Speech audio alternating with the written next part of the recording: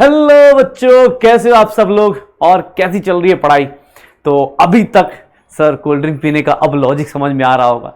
Last class में sir हमने ये देखना शुरू कर दिया था कि सॉल्युबिलिटी टर्म कैसे कैसे किसके किसके ऊपर डिपेंड करती है, किसके किसके ऊपर डिपेंड करती है। लाइक हमने देखा था कि सर वो किस पे डिपेंड करती है, गैस के ऊपर, किस टाइप का सॉल्यूट है, किस टाइप का सॉल्वेंट है, इन सब के ऊपर डिपेंड करती थी। तो सर एक काम करते, सर आज भी खजाने में कुछ क्वेश्चंस होंगे, ऑब्वियस से क्वेश्चंस होंगे। अरे अरे रुक जाओ, आज भी खजाने में कुछ क्वेश्चंस होंगे तो होंगे, लेकिन सर आज मैंने 5 क्वेश्चंस खजाने के रखे हैं और मैंने 2-3 क्वेश्चन जो एनसीईआरटी के अच्छे क्वेश्चंस हैं, जो कि हाँ आपके लिए भी इंपॉर्टेंट है, वो मैं लेके आया हूँ। तो 5 ऑब्जेक्टिव क्वेश्चंस हैं, एमसीक्यूज हैं, और बाकी अपने पास एनसीईआरटी वाले क्वेश्चंस हैं, उनको आप लोग अटेम्प्ट करोगे मेरे साथ साथ और उससे सीखोगे। मैं ये भी बोलूंगा अटेम्प्ट करोगे मेरे साथ साथ, आप सीखोगे कि सर इसका आंसर ऐसे निकाला जाता है, इसका आंसर ऐसे किया जाएगा। बिकॉज वो आपके एनसीईआरटी में है तो कभी भी डायरेक्टली पूछा जा सकता है, डायरेक्ट सेम वैल्यूज के साथ कभी भी आ सकता है, स्कूल के एग्जाम में, चाहे बोर्ड्स में और चाहे तो नीट में, कभी भी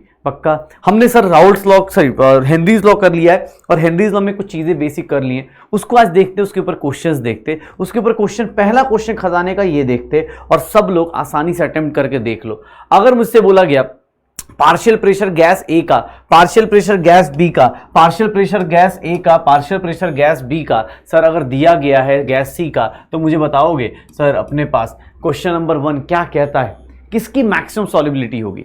सर बताओगे सर प्रेशर बढ़ेगा तो सर सॉल्युबिलिटी क्या होती है, डायरेक्टली प्रोपोर्शनल होती है। तो क्या आंसर आएगा, सबसे हाईएस्ट प्रेशर जिसका होगा उसी की सॉल्युबिलिटी क्या हो जाएगी सर, इक्वल कह रहा हूं, उसी की सबसे हाईएस्ट क्या हो जाएगी, पक्का। तो प्रेशर जितना हाई होगा उसकी सॉल्युबिलिटी क्या हो जाएगी, गैस की बढ़ती चली जाएगी। अगर अदर फैक्टर सारे के सारे नेग्लेक्ट कर दिए तो पक्का। सर यहाँ पे लिखा भी है अदर फैक्टर्स, मतलब आपको केएच की टेंशन नहीं लेनी है, ना ही हेनरीज कांस्टेंट की टेंशन लेनी है। तो ये क्या हो जाएगा, directly proportional to S. Okay अच्छा, किसी ने बोला सर एक काम करते, और क्या पढ़ा था, तो सर एक काम करते, ये क्वेश्चन देखते हैं। सर केएच की वैल्यू अगर हाई होती है तो सॉल्युबिलिटी क्या होगी। सर हमने लास्ट क्लास में ही पढ़ा था, pressure is equals to what, KH into chi. अगर नॉर्मल केस कंडीशन में बोलता है तो ये मेरे लिए क्या हो जाता है, कांस्टेंट। और अगर आप केएच की वैल्यू बढ़ाओगे तो काई की वैल्यू क्या हो जाएगी, के कम। तो केएच की वैल्यू कब हाई होगी, जब वो क्या होगा सर उसकी सॉल्युबिलिटी क्या होगी, कम होगी। तो सर इसका आंसर क्या आ जाएगा, greater for gases with lower solubility. जो लोग वीडियो पॉज कर रहे बेटा आप करते रहिए, ठीक है ना, मतलब आप आदत लग गई होगी आपको कि हाँ सर जब क्वेश्चन देंगे तो वीडियो पॉज करना है। अब मैं यहाँ पॉज करके कितना टहलूंगा, ठीक है ना, मुझे आइडिया आएगा नहीं, तो इसलिए बोल रहा हूँ आप वीडियो पॉज करके क्वेश्चंस कर लिया कीजिए, फिर मेरे साथ आंसर मैच करके देख लो कि हाँ सर ये 5 क्वेश्चन 4 क्वेश्चन में कितने सही कितने गलत। और बहुत ही सही, मतलब मैं कल भी देख रहा था कमेंट्स में, बहुत सारे लोगों ने बहुत सही क्वेश्चंस किए, बहुत सही आंसर, मतलब इंजॉय कर रहे हैं, इस प्रोसेस को इंजॉय कर रहे हैं। कुछ लोगों से मैं देख रहा था कि सर कुछ लोगों की तो खत्म हो रखी है, फिर भी उनको नई चीज़ सीखने को मिल रही है। कुछ लोगों को सुन रहा था कि सर मेरा तो ऑर्गेनिक चल रहा है, फिर भी मैं वीडियोस देख रहा हूँ। बहुत अच्छी बात है बेटा, बहुत ही आपका ये डेडिकेशन दिखा रहा है कि आप बहुत अच्छा करने वाले हैं, ठीक है ना। आपको रिवाइज करने के लिए छोटी छोटी चीज़ें हैं, फटाफट आप देख लो। इस तरह क्वेश्चन एमसीक्यूज में खूब आएंगे, आप आराम से टिक कर सकते हो। चलो अगला क्वेश्चन खजाने का थर्ड क्वेश्चन देखते हैं कौन सा है। थर्ड क्वेश्चन मैंने जानबूझ के टेडी लैंग्वेज का यूज किया हुआ है। ये क्वेश्चन ना बेटा देख लो, क्वेश्चन नंबर 3 है आपके पास। ये क्वेश्चन कैसे समझोगे, किस तरह से करोगे, आराम से अपने पास सोच लो और इस क्वेश्चन को एक बार देख लो, वीडियो पॉज करके सोच लो, फिर इस क्वेश्चन को हम लोग करना भी शुरू करते हैं। सर सॉल्यूशन का मास कितना दिया है, सॉल्यूशन का मास कितना दिया हुआ है, मास ऑफ सॉल्यूशन कितना दिया गया है। सर अगर मेरे से पूछोगे तो मास ऑफ सॉल्यूशन दिया गया है A ग्राम, ठीक है sir, A gram mass of solution है। सर सॉल्यूट का मास कितना है, सर मास ऑफ सॉल्यूट कितना है, मास ऑफ सॉल्यूट कितना है, sir mass of solute C ग्राम है। What is the mass of solvent, mass of solvent क्या होता है, मास ऑफ सॉल्वेंट कितना होगा sir, this is what A minus C ग्राम, क्योंकि सॉल्यूशन में से सॉल्यूट माइनस कर दो सॉल्वेंट आ जाएगा, सॉल्यूशन में से सॉल्यूट माइनस कर दो सॉल्वेंट आ जाएगा। अब मास ऑफ सॉल्यूशन आ गया, सॉल्यूट आ गया, सॉल्वेंट आ गया, मुझे मोलालिटी दी गई है। मोलालिटी का फॉर्मूला सर याद कीजिए, सर मोलालिटी का फॉर्मूला, अगर मैं सर इसको सॉल्यूट को W2 लिखता हूं, इसको मैं क्या लिखता हूं, W1 लिखता हूं, तो याद करो मोलालिटी का फॉर्मूला हमने पढ़ा था W2/m2 इंटू 1000 अपॉन W1, किस में, ग्राम्स में, यही पढ़ा था। तो सर यहाँ से M2 की वैल्यू क्या आ जाएगी, W2 by molality, W2 by molality into 1000 upon W1। Sir देख लो अपने पास जो अब वैल्यूज़ हैं पुट करके निकाल दो। M2 की value molar mass of solute निकालना है, वैल्यूज़ पुट करो। 2 की वैल्यू कितनी है C अपॉन, सर इसकी वैल्यू सॉल्वेंट की मोलालिटी कितनी है, मोलालिटी अपने पास कितनी है B into 1000 upon mass of solvent कितना है A minus C। Sir this is the answer. तो मोलर मास ऑफ सॉल्यूट कितना आ जाएगा, C by B into 1000 upon A minus C. One of the good question sir, simple सा। सोचो कोई numerical नहीं करा रहा, लेकिन अगर सामने वाला देखो बस मजे ले रहा है, किस तरह से फॉर्मूला यूज करके वर्ड्स के बीच में गेम खेला जाता है, ये सीखना होता है अपने को ऑब्जेक्टिव एग्जाम में। ऑब्जेक्टिव एग्जाम में देखो आपको ये सब चीजें अगर सॉल्यूशन देख के भी समझ में आ रही है ना बेटा, बस आप एक काम करना, जब क्वेश्चन भी सॉल्यूशन देख के आप समझते हो, उसको घर पे जाके या घर पे मतलब घर पे ही हो, घर पे अपने पास दोबारा उसको 1 दिन बाद 2 दिन बाद ट्राई जरूर करो। देखो ये क्वेश्चंस का अपना एक ना पूरा अपना फोल्डर बनाओ कि यार ये क्वेश्चन मुझे सीखने को मिल रहा है, इस क्वेश्चन से मैं ये सीख रहा हूं, इस क्वेश्चन से मैं ऐसा सीख रहा हूं, वैसा सीख रहा हूं, तो वो सब चीजें करके दिखाओ। पक्का सर, ये देख लीजिए। अच्छा नेक्स्ट क्वेश्चन अपने पास, नेक्स्ट क्वेश्चन देखते हैं। तो नेक्स्ट क्वेश्चन सर डाइल्यूशन का क्वेश्चन दिया हुआ है, क्वेश्चन नंबर ये दिया हुआ है। सर अपने पास इसका डाइल्यूशन कर रहे हो, सर किसी का डाइल्यूशन करते हो, याद करो फॉर्मूला क्या था सर, डाइल्यूशन करोगे तो क्या होगा formula, M1V1 is equals to M2V2, यही लगाते थे। शुरुआत का वॉल्यूम कितना है 10, शुरुआत की मोलारिटी कितनी है 18, सर बाद का वॉल्यूम कितना हो गया, सर 1 ml में ले रहे हो तो इसको 1000 लोगे, और बाद का मोलारिटी कितनी हो जाएगी M2। सर M2 की वैल्यू कितनी आ गई 10 इंटू 18 अपॉन कितना हो गया 1000। सर देख लो अपने पास 0 से 0 गया, 18 अपॉन 100, और 18 अपॉन 100 को क्या लिख देंगे 0.18 m। सर ये देख लो अपने पास ये आंसर आ गया, तो ये थर्ड आंसर आ गया। तो इस तरह के क्वेश्चंस अपने पास छोटे छोटे क्वेश्चंस हैं, लेकिन सर ये छोटे छोटे क्वेश्चंस ना आपको मोलारिटी का याद करो, ये डाइल्यूशन में फॉर्मूला पढ़ा था हम लोगों ने, ये फॉर्मूला हमने डाइल्यूशन में पढ़ा था और वहाँ पे सीखा भी था कि सर डाइल्यूशन कैसे कैसे कर रहे होंगे, किस तरह से कर रहे होंगे, तो ये फॉर्मूला वहाँ भी यूज़ किया हुआ था। पक्का सर हो जाएगा, तो ये छोटी छोटी चीज़ें देख ले। अच्छा सर किसने बोला सर अगला क्वेश्चन बताओ, तो लो भाई अगला क्वेश्चन तुम्हारे लिए ही है। ये जानबूझ के थोड़ा सा टेढ़ा मेढ़ा क्वेश्चन मैंने जानबूझ के लिखा है, ताकि मैं चाहता हूं आपकी इंग्लिश और आपके क्वेश्चंस अटेम्प्ट करने का मेथड थोड़ा सही हो जाए। इस क्वेश्चन को पढ़ के देखो, शायद पहली बार में बहुत सारे लोगों को नहीं समझ में आएगा पूछना क्या चाहता है, लेकिन सर जब मैं बताऊंगा ना, जो लोग ट्राई कर सकते हैं अच्छे से ट्राई कर लीजिए, जब मैं इसका आंसर बताऊंगा तो मैं फिर हंसी आएगी, भाई यार ये करना है, ठीक है ये चीजें करनी है। देखो अपने पास इस क्वेश्चन का आंसर निकाल के देखो क्या मिलेगा अपने पास, क्या क्वेश्चन कहना चाहता है। एक सिंपल सी बात बताना सर, तुम सबने सॉल्ट और बचपन में पढ़ा होगा कि पानी और नमक का सॉल्यूशन जो होता है उसको हीट करेंगे तो क्या हो जाएगा, पानी इवेपोरेट कर जाएगा। पक्का, तो सॉल्यूशन से क्या चला गया होगा, सॉल्वेंट चला गया होगा, सॉल्यूशन से वाटर चला गया होगा, बचा क्या है सॉल्यूट मतलब सॉल्ट बचा है। अच्छा what is molarity, sir molarity क्या होती है, तो सर मोलारिटी में अपने पास बात करें तो मोलारिटी किस तरह से बात करते हैं हम लोग, तो सर N2 बाई वॉल्यूम, इसको लीटर्स में यही था, तो सर कोई बात नहीं। सर मोलारिटी आपकी कितनी दी गई है 0.2, सर नंबर ऑफ मोल्स कितने दिए गए हैं 0.15, sir divided by volume litres में निकाल लो। वॉल्यूम लीटर्स में निकालने जाओगे सर 0.15 अपॉन 0.2, ये जीरो ही ले लो तो ये जीरो, 2 डेसिमल से 2 डेसिमल कैंसिल आउट, क्या हो गया वॉल्यूम 15/20, इसको सॉल्व करूंगा 5 से डिवाइड करूंगा 3/4 लीटर्स।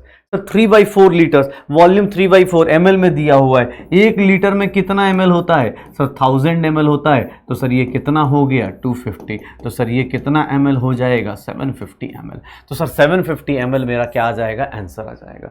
सर क्वेश्चन में कुछ नहीं, बस मजे मजे में बता रहा है, ऑब्वियस है ना, सॉल्यूशन में कुछ वॉल्यूम होगा शुरुआत का, वो तुमने हीट किया तो चला गया, तो क्या ही फर्क पड़ रहा है भाई, क्वेश्चन तो वही रहा ना, क्वेश्चन तो वही रहा, बस आपसे वॉल्यूम पूछ रहा है कि सॉल्यूशन का सर शुरुआत का वॉल्यूम बताइए, तो नंबर ऑफ मोल्स मोलारिटी दिया हुआ है सर, सीधा सीधा मल्टीप्लाई करके निकाल लो। रीजन कि सर आपके पास एक सिंपल सी चीज जान जाओ, सॉल्यूशन जो शुरुआत का था उसके अंदर सॉल्ट भी होगा पानी भी होगा, तो सर उसने वॉल्यूम निकाल दिया उसके हिसाब से।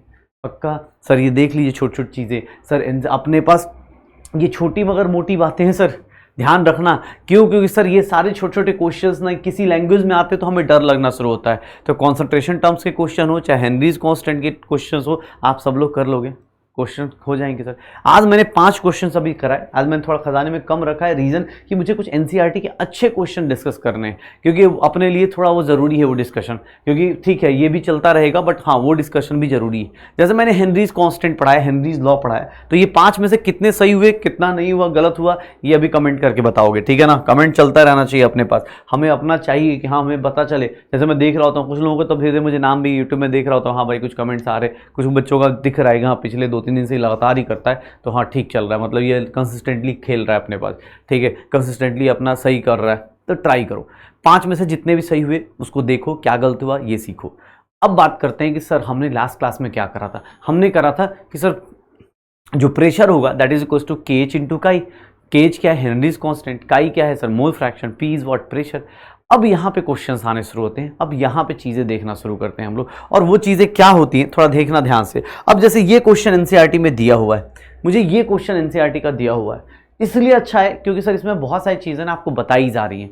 जैसे मुझे बोल याद करो, ये स्मॉल एम किसको रिप्रेजेंट करता है, ये स्मॉल एम किसको रिप्रेजेंट करता है, सर बताओ। अगर मैं इसका सॉल्यूशन लिखूं, मुझे किसने बोला, तो सर ये क्या बता रहा है, किसके कितने मोल्स हैं। सर मैं ऐसा लिख दूं किसी को दिक्कत, याद करो मोलालिटी का फॉर्मूला, मोलालिटी का मीनिंग ही तो यही होता था, इन 1 kg या फिर 1000 ग्राम ऑफ वाटर। किसी को कोई दिक्कत, क्यों, क्योंकि सर मोलालिटी आपने यही तो पढ़ाया था कि सर 1 kg ले लो, या फिर इसको क्या लिख देते थे कि सर 1 kg नहीं तो 1000 ग्राम ले लो। सर सॉल्वेंट के रिस्पेक्ट में 1 kg या फिर 1000 ग्राम ऑफ वाटर में कितना अपने पास, कितने मोल्स हैं H2S के, उसी को बोलेंगे पक्का।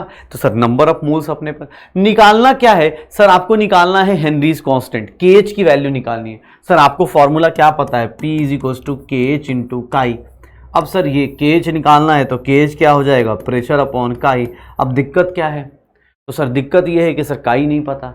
सर ये पता चल गया, मोल्स H2S के तो पता चल गए, सर सॉल्यूट के मोल्स पता चल गए। Number of moles of solute क्या है, number of moles of H2S कितने मोल्स हैं, 0.195। लेकिन sir number of moles of solvent निकाल सकते हो क्या आप लोग, सॉल्वेंट के मोल्स कैसे निकालोगे, sir number of moles of water निकालना है। कितने हैं वाटर के अपने पास, सर 1000 ग्राम है, डिवाइड बाई 18। सर कितने मोल्स हो गए, पानी के कितने मोल्स हो गए, इतने मोल्स हो गए। अच्छा एक बात बताओ, यहाँ पे सर नंबर ऑफ मोल्स इसका देखो और इसका देखो, इसके रिस्पेक्ट में ये छोटी वैल्यू नहीं है। अगर आपके 50 रुपये और 20 पैसे हो, 50 रुपये और 20 पैसे में यार कौन 20 पैसे को मतलब ऐड करने की कोशिश करेगा। चलो फिर भी किसने बोला नहीं सर एक काम करते, मोल फ्रैक्शन ऑफ H2S निकालो। तो मोल फ्रैक्शन ऑफ H2S आप निकालने जाओगे तो सर क्या करोगे, अपने मोल्स डिवाइड बाई, जब अपने मोल्स डिवाइड बाई क्या करने वाले हो सर, इसको करोगे।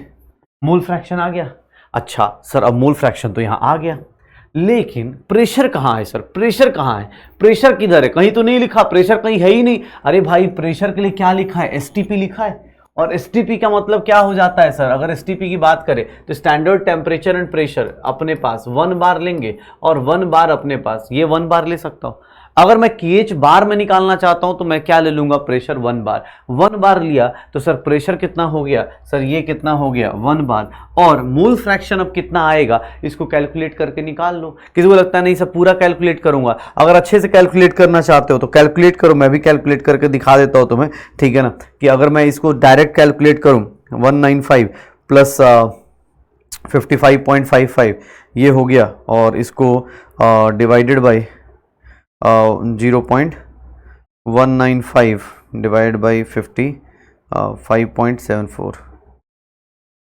सर इसकी वैल्यू निकालोगे तो इसकी वैल्यू आ जाएगी 3.5 इंटू 10 की पावर -3, 3.5 इंटू 10 की पावर -3। तो सर मोल फ्रैक्शन कितना आ गया, 3.5 इंटू 10 की पावर -3। KH की वैल्यू क्या हो जाएगी, 1/3.5 इंटू 10 की पावर +3 बार। अब सर 1/3.5 भी करना चाहते हो तो वो भी कर लो, 1/3.5। सर ये वैल्यू आ जाएगी 0.28 इंटू 10 की पावर 3 बार। सर ये देखो KH की यूनिट ये आ गई 0.28 इंटू 10 की पावर 3 बार अपने पास।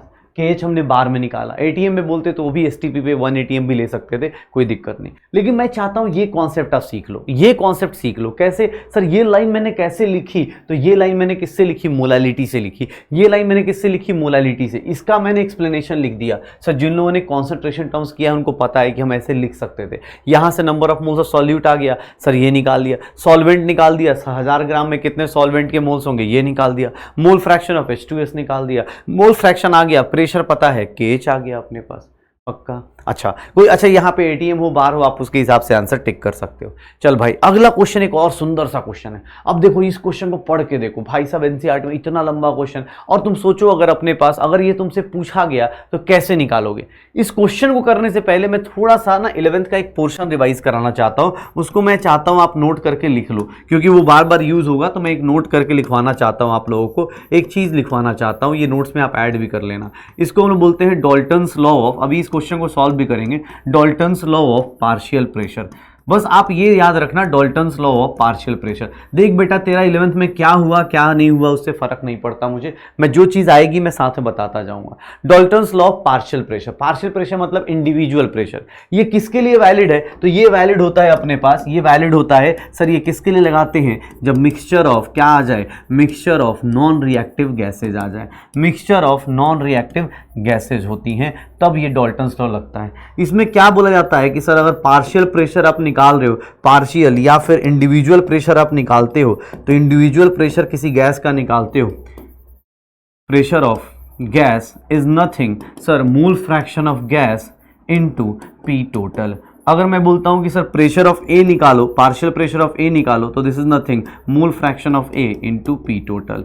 सर अगर मैं बोलता हूं पार्शियल प्रेशर ऑफ B निकालो, तो वो भी क्या होगा? मोल fraction of B into P total. तो सर ये अपने पास, इसको हम लोग क्या बोल देते हैं? Dalton's law of partial pressure. ये किसके लिए होता है? नॉन रिएक्टिव गैसेस के लिए। जैसे एयर में अब गैसेज हैं, नाइट्रोजन है, ऑक्सीजन है, एयर थोड़ा ना रिएक्शन कर रहा होता है, तो उसके अंदर क्या लग जाएगा? Dalton's law of partial pressure. बेटा इस क्वेश्चन को लिखने से पहले ये नोट करके लिख देना। रीजन कि आज भी यूज होगा, हर एक जगह यूज होगा, जहां भी दो नॉन रिएक्टिव गैसेज हुए वहां पे ये लॉ लग सकता है।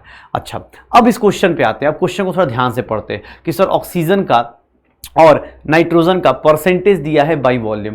गैस का वॉल्यूम जो होता है सर वो, अब यहां पे फिर से ऐड कर सकते हो। गैस के केस में, इन केस ऑफ गैस अपने पास, इन केस ऑफ गैस अगर at same temperature and pressure, same temperature and pressure, sir volume जो होता है directly proportional to number of moles होता है। ये क्या होता है? तो सर ये होता है अपने पास एवोगाड्रोस लॉ। ये कौन सा लॉ है? तो सर इसको हम लोग स्टेट्स ऑफ मैटर में पढ़ते हैं, एवोगाड्रोस लॉ। ये क्या होता है मेरे पास? Avogadro's law.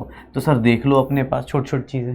अब ये देखो यहाँ पे डॉल्टन्स लॉ नोट करके आज सब चीजें ऐड कर लो भाई, जो 11th की चीजें आएंगी ऐसे ही हम लोग धीरे धीरे करके पढ़ते रहेंगे। इन case of gases at same temperature and pressure, जो वॉल्यूम होता है वही नंबर ऑफ मोल्स होता है, और ऑब्वियस है जो वॉल्यूम का रेशियो होगा वो नंबर ऑफ मोल्स का रेशियो होगा, और वही क्या हो जाएगा? मोल फ्रैक्शन भी होना शुरू हो जाएगा। अगर मैं यहाँ से सीधा सीधा आप क्वेश्चन को ना एक काम करता हूँ, ये अपने पास ऐड कर लेता हूँ एक पेज।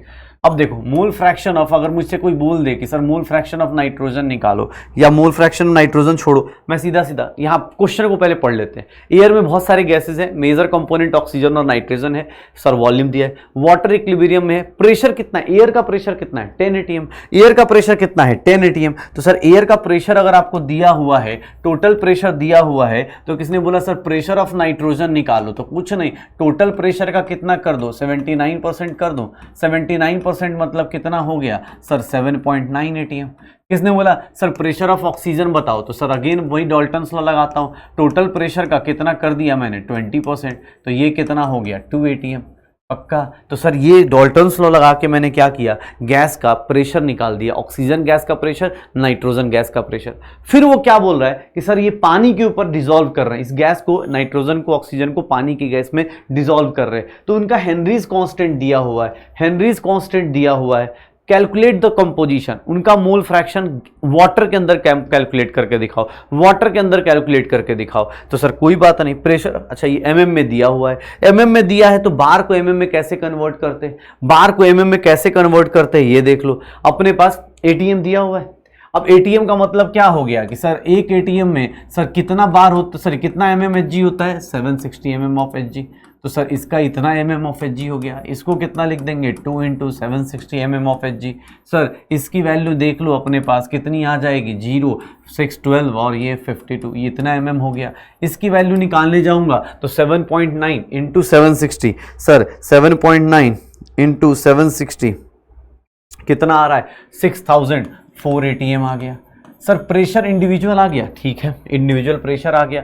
सर एक बात बताओ, मैं ऐसा लिख सकता हूँ pressure of nitrogen is mole fraction of nitrogen into, sir यहाँ पे क्या लिखूंगा KH ऑफ नाइट्रोजन लिख सकता हूँ। तो what will be the mole fraction of nitrogen, ये कौन सा लॉ है, ये हेनरीज लॉ है। क्यों लगा रहा हूं मैं हेनरीज लॉ, क्योंकि सर अब क्या है नाइट्रोजन किस में डिसॉल्व हो रहा है, नाइट्रोजन डिसॉल्व हो रहा है पानी के अंदर, तो वो हो जाएगा pressure of nitrogen upon KH of nitrogen. Sir pressure of nitrogen कितना है, प्रेशर ऑफ नाइट्रोजन कितना है 6004 divided by KH of nitrogen कितना है, KH ऑफ नाइट्रोजन है नाइट्रोजन का 6.51 इंटू 10 की पावर 7, 6.51 अपॉन 10 की पावर 7 है अपने पास, 6.51 इंटू 10 की पावर 7 है, ठीक है।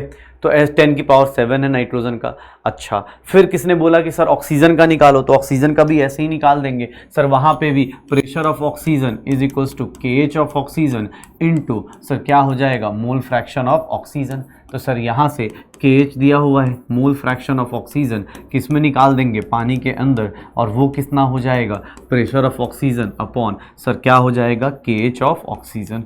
प्रेशर ऑफ ऑक्सीजन कितना दिया हुआ है, सर प्रेशर ऑफ ऑक्सीजन दिया हुआ है 1520 डिवाइडेड बाई सर KH की वैल्यू दी हुई है जहाँ तक मैं देख रहा हूँ 3.30 इंटू 10 की पावर 7, 3.30 इंटू 10 की पावर 7।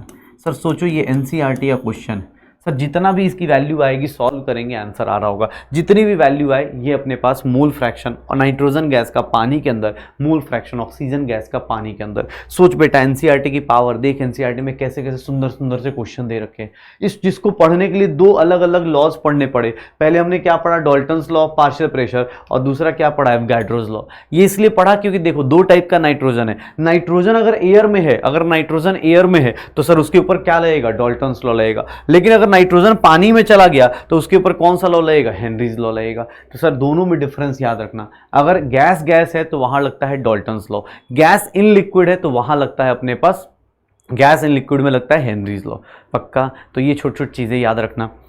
नेक्स्ट देखोगे अपने पास, अगर मुझसे किसने बोल दिया कि सर एक काम करते, अब देखो किसने बोला कि सर एक काम करते, ये तो क्वेश्चन हो गया। इस तरह के क्वेश्चंस देखो NCERT के सुंदर सुंदर से क्वेश्चंस है बेटा। NCERT इसीलिए अपने को ज़्यादा जितनी हो सकती है पढ़ना है। 2 ही 3 बुक्स हैं, एक तो अपना मॉड्यूल हो गया PW का, दूसरा NCERT और तीसरा अपने क्लास नोट्स। ये 3 चीज़ें बस आप करते चलो, सिलेक्शन आपके पास आएगी। मैं ये भी नहीं बोल रहा आपको जाना भी नहीं पड़ेगा, सिलेक्शन आप ही के पास आने वाली है, ठीक है ना। तो इसलिए बोलो थोड़ा सा ट्राई करना इसको। चलो भाई, अब इतने बड़े क्वेश्चन को हमने सॉल्व कर लिया, तो एक काम करते हैं, एक छोटू सा क्वेश्चन उठाते, छोटू सा क्वेश्चन। अच्छा कोई ये मत बोलना कि सर इसका पूरा वैल्यू निकाल के दिखाओ, भाई करने को मैं कर दूंगा, लेकिन वही है थोड़ा सा आप भी मेहनत करो। मेरा काम कॉन्सेप्ट समझाना है। अगर किसी को लगता नहीं फाइनल आंसर चाहिए तो भाई कैलकुलेटर है यूज कर लो, लेकिन हाँ आप निकाल सकते हो, मुझे बस कॉन्सेप्ट समझाना था। पक्का, चलो अब एक काम करते हैं। मुझे बोला गया सर इस क्वेश्चन को बताओ, ये भी NCERT का सुंदर सा क्वेश्चन है, कैसे करेंगे सर। इसमें देखो, इसमें एक ही ट्विस्ट है, इसमें एक ही ट्विस्ट है। क्या KH की वैल्यू दी हुई है, KH की वैल्यू दी हुई है, KH की वैल्यू दी हुई है, ठीक है सर। KH की वैल्यू इसने क्या दिया है, पास्कल में दे दिया है, तो सर तो ओके ठीक है। KH की वैल्यू 1.67 इंटू 10 की पावर 8 पास्कल दिया हुआ है। अब मुझसे बोला जा रहा है सर प्रेशर ऑफ CO2 कितना दिया हुआ है, CO2 का प्रेशर कितना दिया है 2.5 ATM। अब यहाँ पे ना सर इसका यूनिट अलग है, इसका यूनिट अलग है, तो सर अब इसको पास्कल में कन्वर्ट करना पड़ेगा। अब जनरली हम लोग क्या करते हैं कि 1 ATM इज नथिंग 2.5 इंटू 10 की पावर। सर अगर जल्दी सॉल्व करना चाहते हो तो पास्कल कर लिया करो, 2.5 इंटू 10 की पावर 5 पास्कल्स लगा दो, 1.01 की जरूरत है नहीं, सीधा सीधा आंसर आ जाएगा। सर यहाँ से मोल फ्रैक्शन ऑफ CO2 आ जाएगा क्या, sir mole fraction of CO2 कितना हो जाएगा।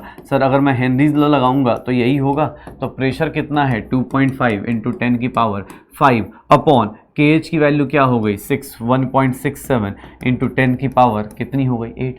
यहां से मोल फ्रैक्शन ऑफ CO2 आ गया। लेकिन वो पूछ नहीं रहा मोल फ्रैक्शन, वो क्या पूछ रहा है 500 ml सोडा वाटर में बताइए जब उसको इतना प्रेशर, तो भाई मोल फ्रैक्शन यहां से आ गया। मोल फ्रैक्शन को सॉल्व करेंगे तो अगर मैं सॉल्व करूं तो ये तो पता चल गया कि सर ये पावर में होगा तो 10 की पावर कितना हो गया -3, ये कितनी हो जाएगी अपने पास। ये अगर मैं देखूं तो इसके बारे में क्या बोलने वाला हूं, इसके बारे में देख लो क्या हो जाएगा 2.5, अगर मैं इसको कैलकुलेट करता हूं 2.5 1.67, तो ये कितना हो गया 1.5 इंटू 10 की पावर -3।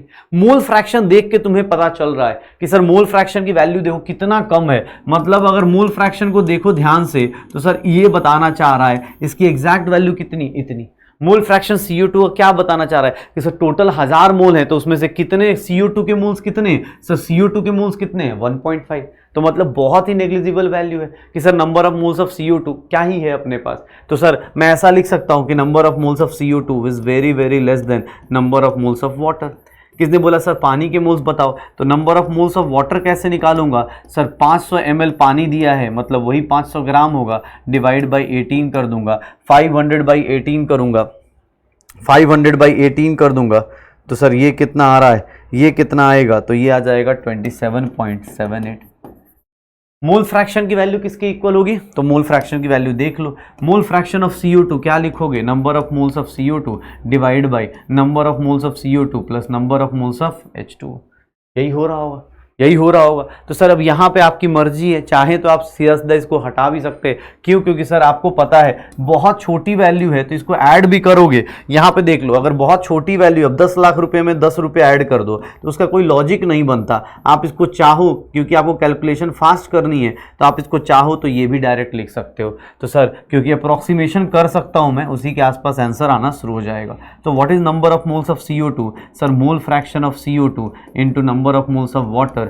मोल फ्रैक्शन CO2 का कितना है 1.5 इंटू 10 की पावर -3 इंटू कितना है 27.78।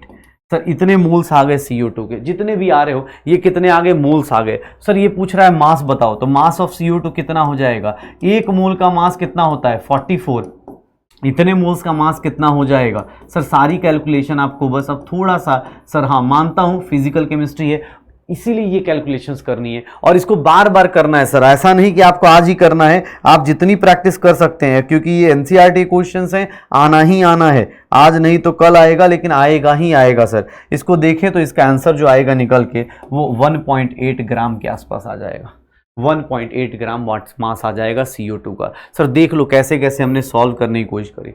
सर 500 ml सोडा वाटर है मतलब पानी का हमने 500 ग्राम ले लिया, 500 ग्राम ले लिया, नंबर ऑफ मोल्स इसके 18 ग्राम से ये आ गया।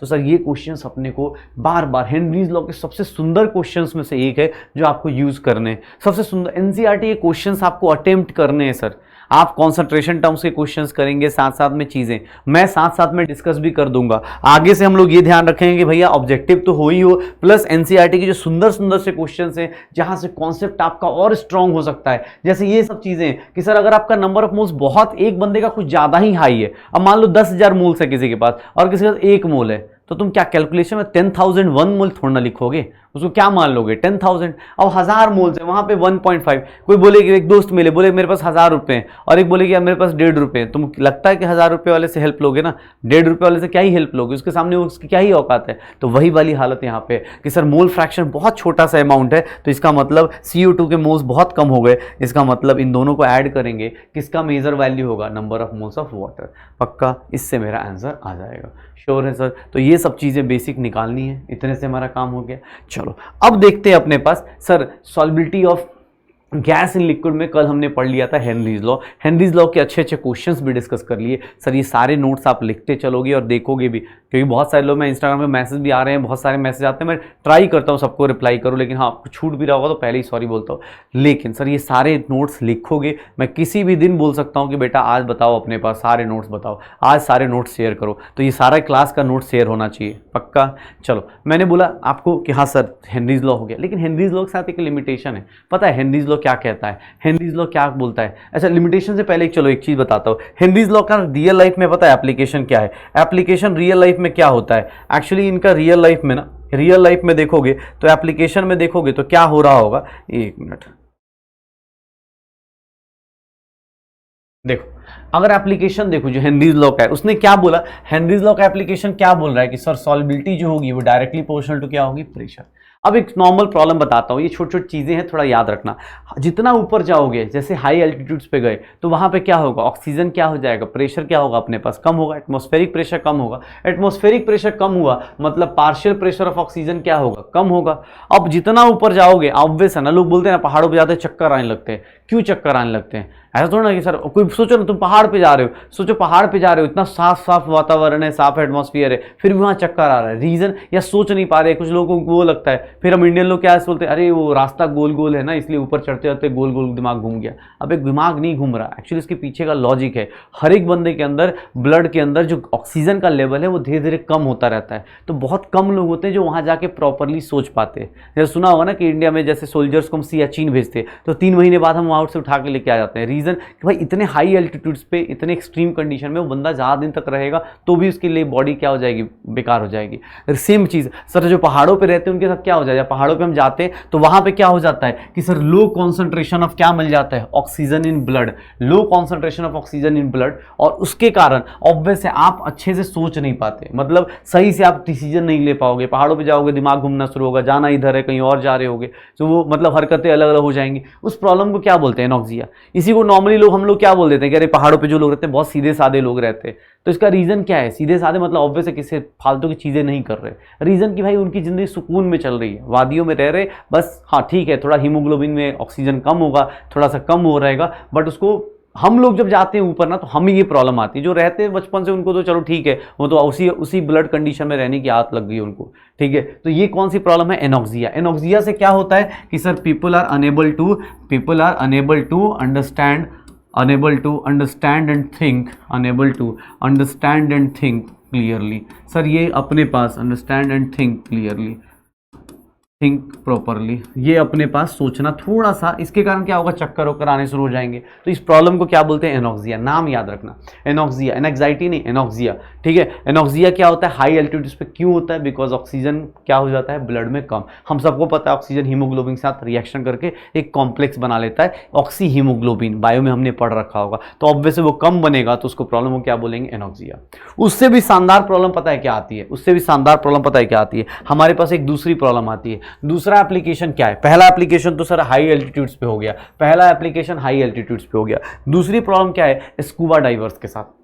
स्कूबा डाइवर्स पता है कौन से हैं, जो पानी के अंदर जाते हैं, मूवीज में दिखाते हैं वो लोग, पानी के अंदर गए, रंग बिरंगी मछलियां दिख रही हैं, चीजें हो रही हैं। जब शुरुआत में स्कूबा डाइविंग हमने शुरू किया तो उस टाइम पे क्या था कि सर वो लोग अंदर जाते थे ना तो बहुत अच्छा था। रीजन देखो, ऊपर जाते हो तो एटमॉस्फेरिक प्रेशर कम होता है, जब पानी के अंदर जाओगे तो एटमॉस्फेरिक प्रेशर तो सेम रहेगा, पानी का अपना प्रेशर, हाइड्रोस्टैटिक प्रेशर, पानी का किसी लिक्विड के अंदर जाओगे तो उसका अपना प्रेशर भी लगना शुरू हो जाता है। तो जब अंदर गए ना तो प्रेशर बढ़ गया, प्रेशर बढ़ गया तो क्या होगा, ध्यान से सुनना कहानी। मैंने बोला ऊपर जाएंगे प्रेशर कम हो जाता है, नीचे जाएंगे पानी के अंदर जाएंगे तो एटमॉस्फेरिक प्रेशर तो रहेगा ही रहेगा, प्लस लिक्विड का अपना प्रेशर भी लगना शुरू हो जाता है। और जब प्रेशर बढ़ता है तो आपने क्या पढ़ा है, सॉल्युबिलिटी बढ़ती है। अब किसकी सॉल्युबिलिटी बढ़ जाएगी, किसकी सॉल्युबिलिटी बढ़ेगी, ऑक्सीजन की, किसमें, ब्लड के अंदर। सॉल्युबिलिटी ऑफ क्या बढ़ जाएगा, ऑक्सीजन इन ब्लड। तो जब तुम अंदर जाते हो ना, स्कूबा डाइवर्स अंदर जाते थे तो उन्होंने देखा यार अच्छा है सब कुछ, दिमाग सब सही चल रहा है अपना, अच्छा है सब कुछ, कोई दिक्कत नहीं। तो क्योंकि सॉल्युबिलिटी, ऑक्सीजन ही चाहिए, ऑक्सीजन मिल रहा है आराम से, वो सिलेंडर लेके गए, ऑक्सीजन आराम से लिया उन्होंने, बोला यार मजा आ रहा है, दिमाग ऐसा सही चल रहा है, मछलियां अच्छी दिख रही हैं, सब नीचे का हाय हेलो करके आ रहे हैं। प्रॉब्लम क्या हुई, जब वो ऊपर आने शुरू हुए ना, जैसे मान लो तुम अंदर गए, तुमने क्या किया, खूब सारा ऑक्सीजन डिसॉल्व कर लिया ब्लड के अंदर। जैसे तुम कोल्ड ड्रिंक के साथ होता है, कोल्ड ड्रिंक बहुत चिल करके रखी हुई है ना, तो आप क्या करते हो, उसके अंदर देखोगे कोल्ड ड्रिंक CO2 बहुत अच्छे से अंदर तक चली जाएगी। फिर उस कोल्ड ड्रिंक को ना थोड़ा सा ऐसे सेक करके ना, थोड़ा सा ऐसे हिला के दे दो दोस्त को, भाई बोलना खोल थोड़ा बॉटल खोलना, खुल नहीं रहा, मेरे हाथ में तेल लग गया, नहीं खुल रहा। देखना उस दोस्त की क्या हालत होती है, उसको जब खोलते हैं ना देखोगे फोम निकल रहे होते हैं ना, पूरा उसकी शर्ट वर्ट खराब हो जाती है। ऐसा कभी ट्रिक किया होगा, नहीं किया होगा तो अब मत करना भाई, क्यों लड़ाई लड़नी है अपने को। पता चला सर आपने बोला था हमने कर दिया, दोस्त का लड़ाई चल रही है, पढ़ाई छूट गई लड़ाई चल रही है, वैसा काम नहीं करना है। मैंने एक सिंपल चीज़ बोली, मैंने बोला कि पानी के अंदर गए, प्रेशर बढ़ा तो ऑक्सीजन गैस क्या होगा, ब्लड में खूब डिजॉल्व हो जाएगा।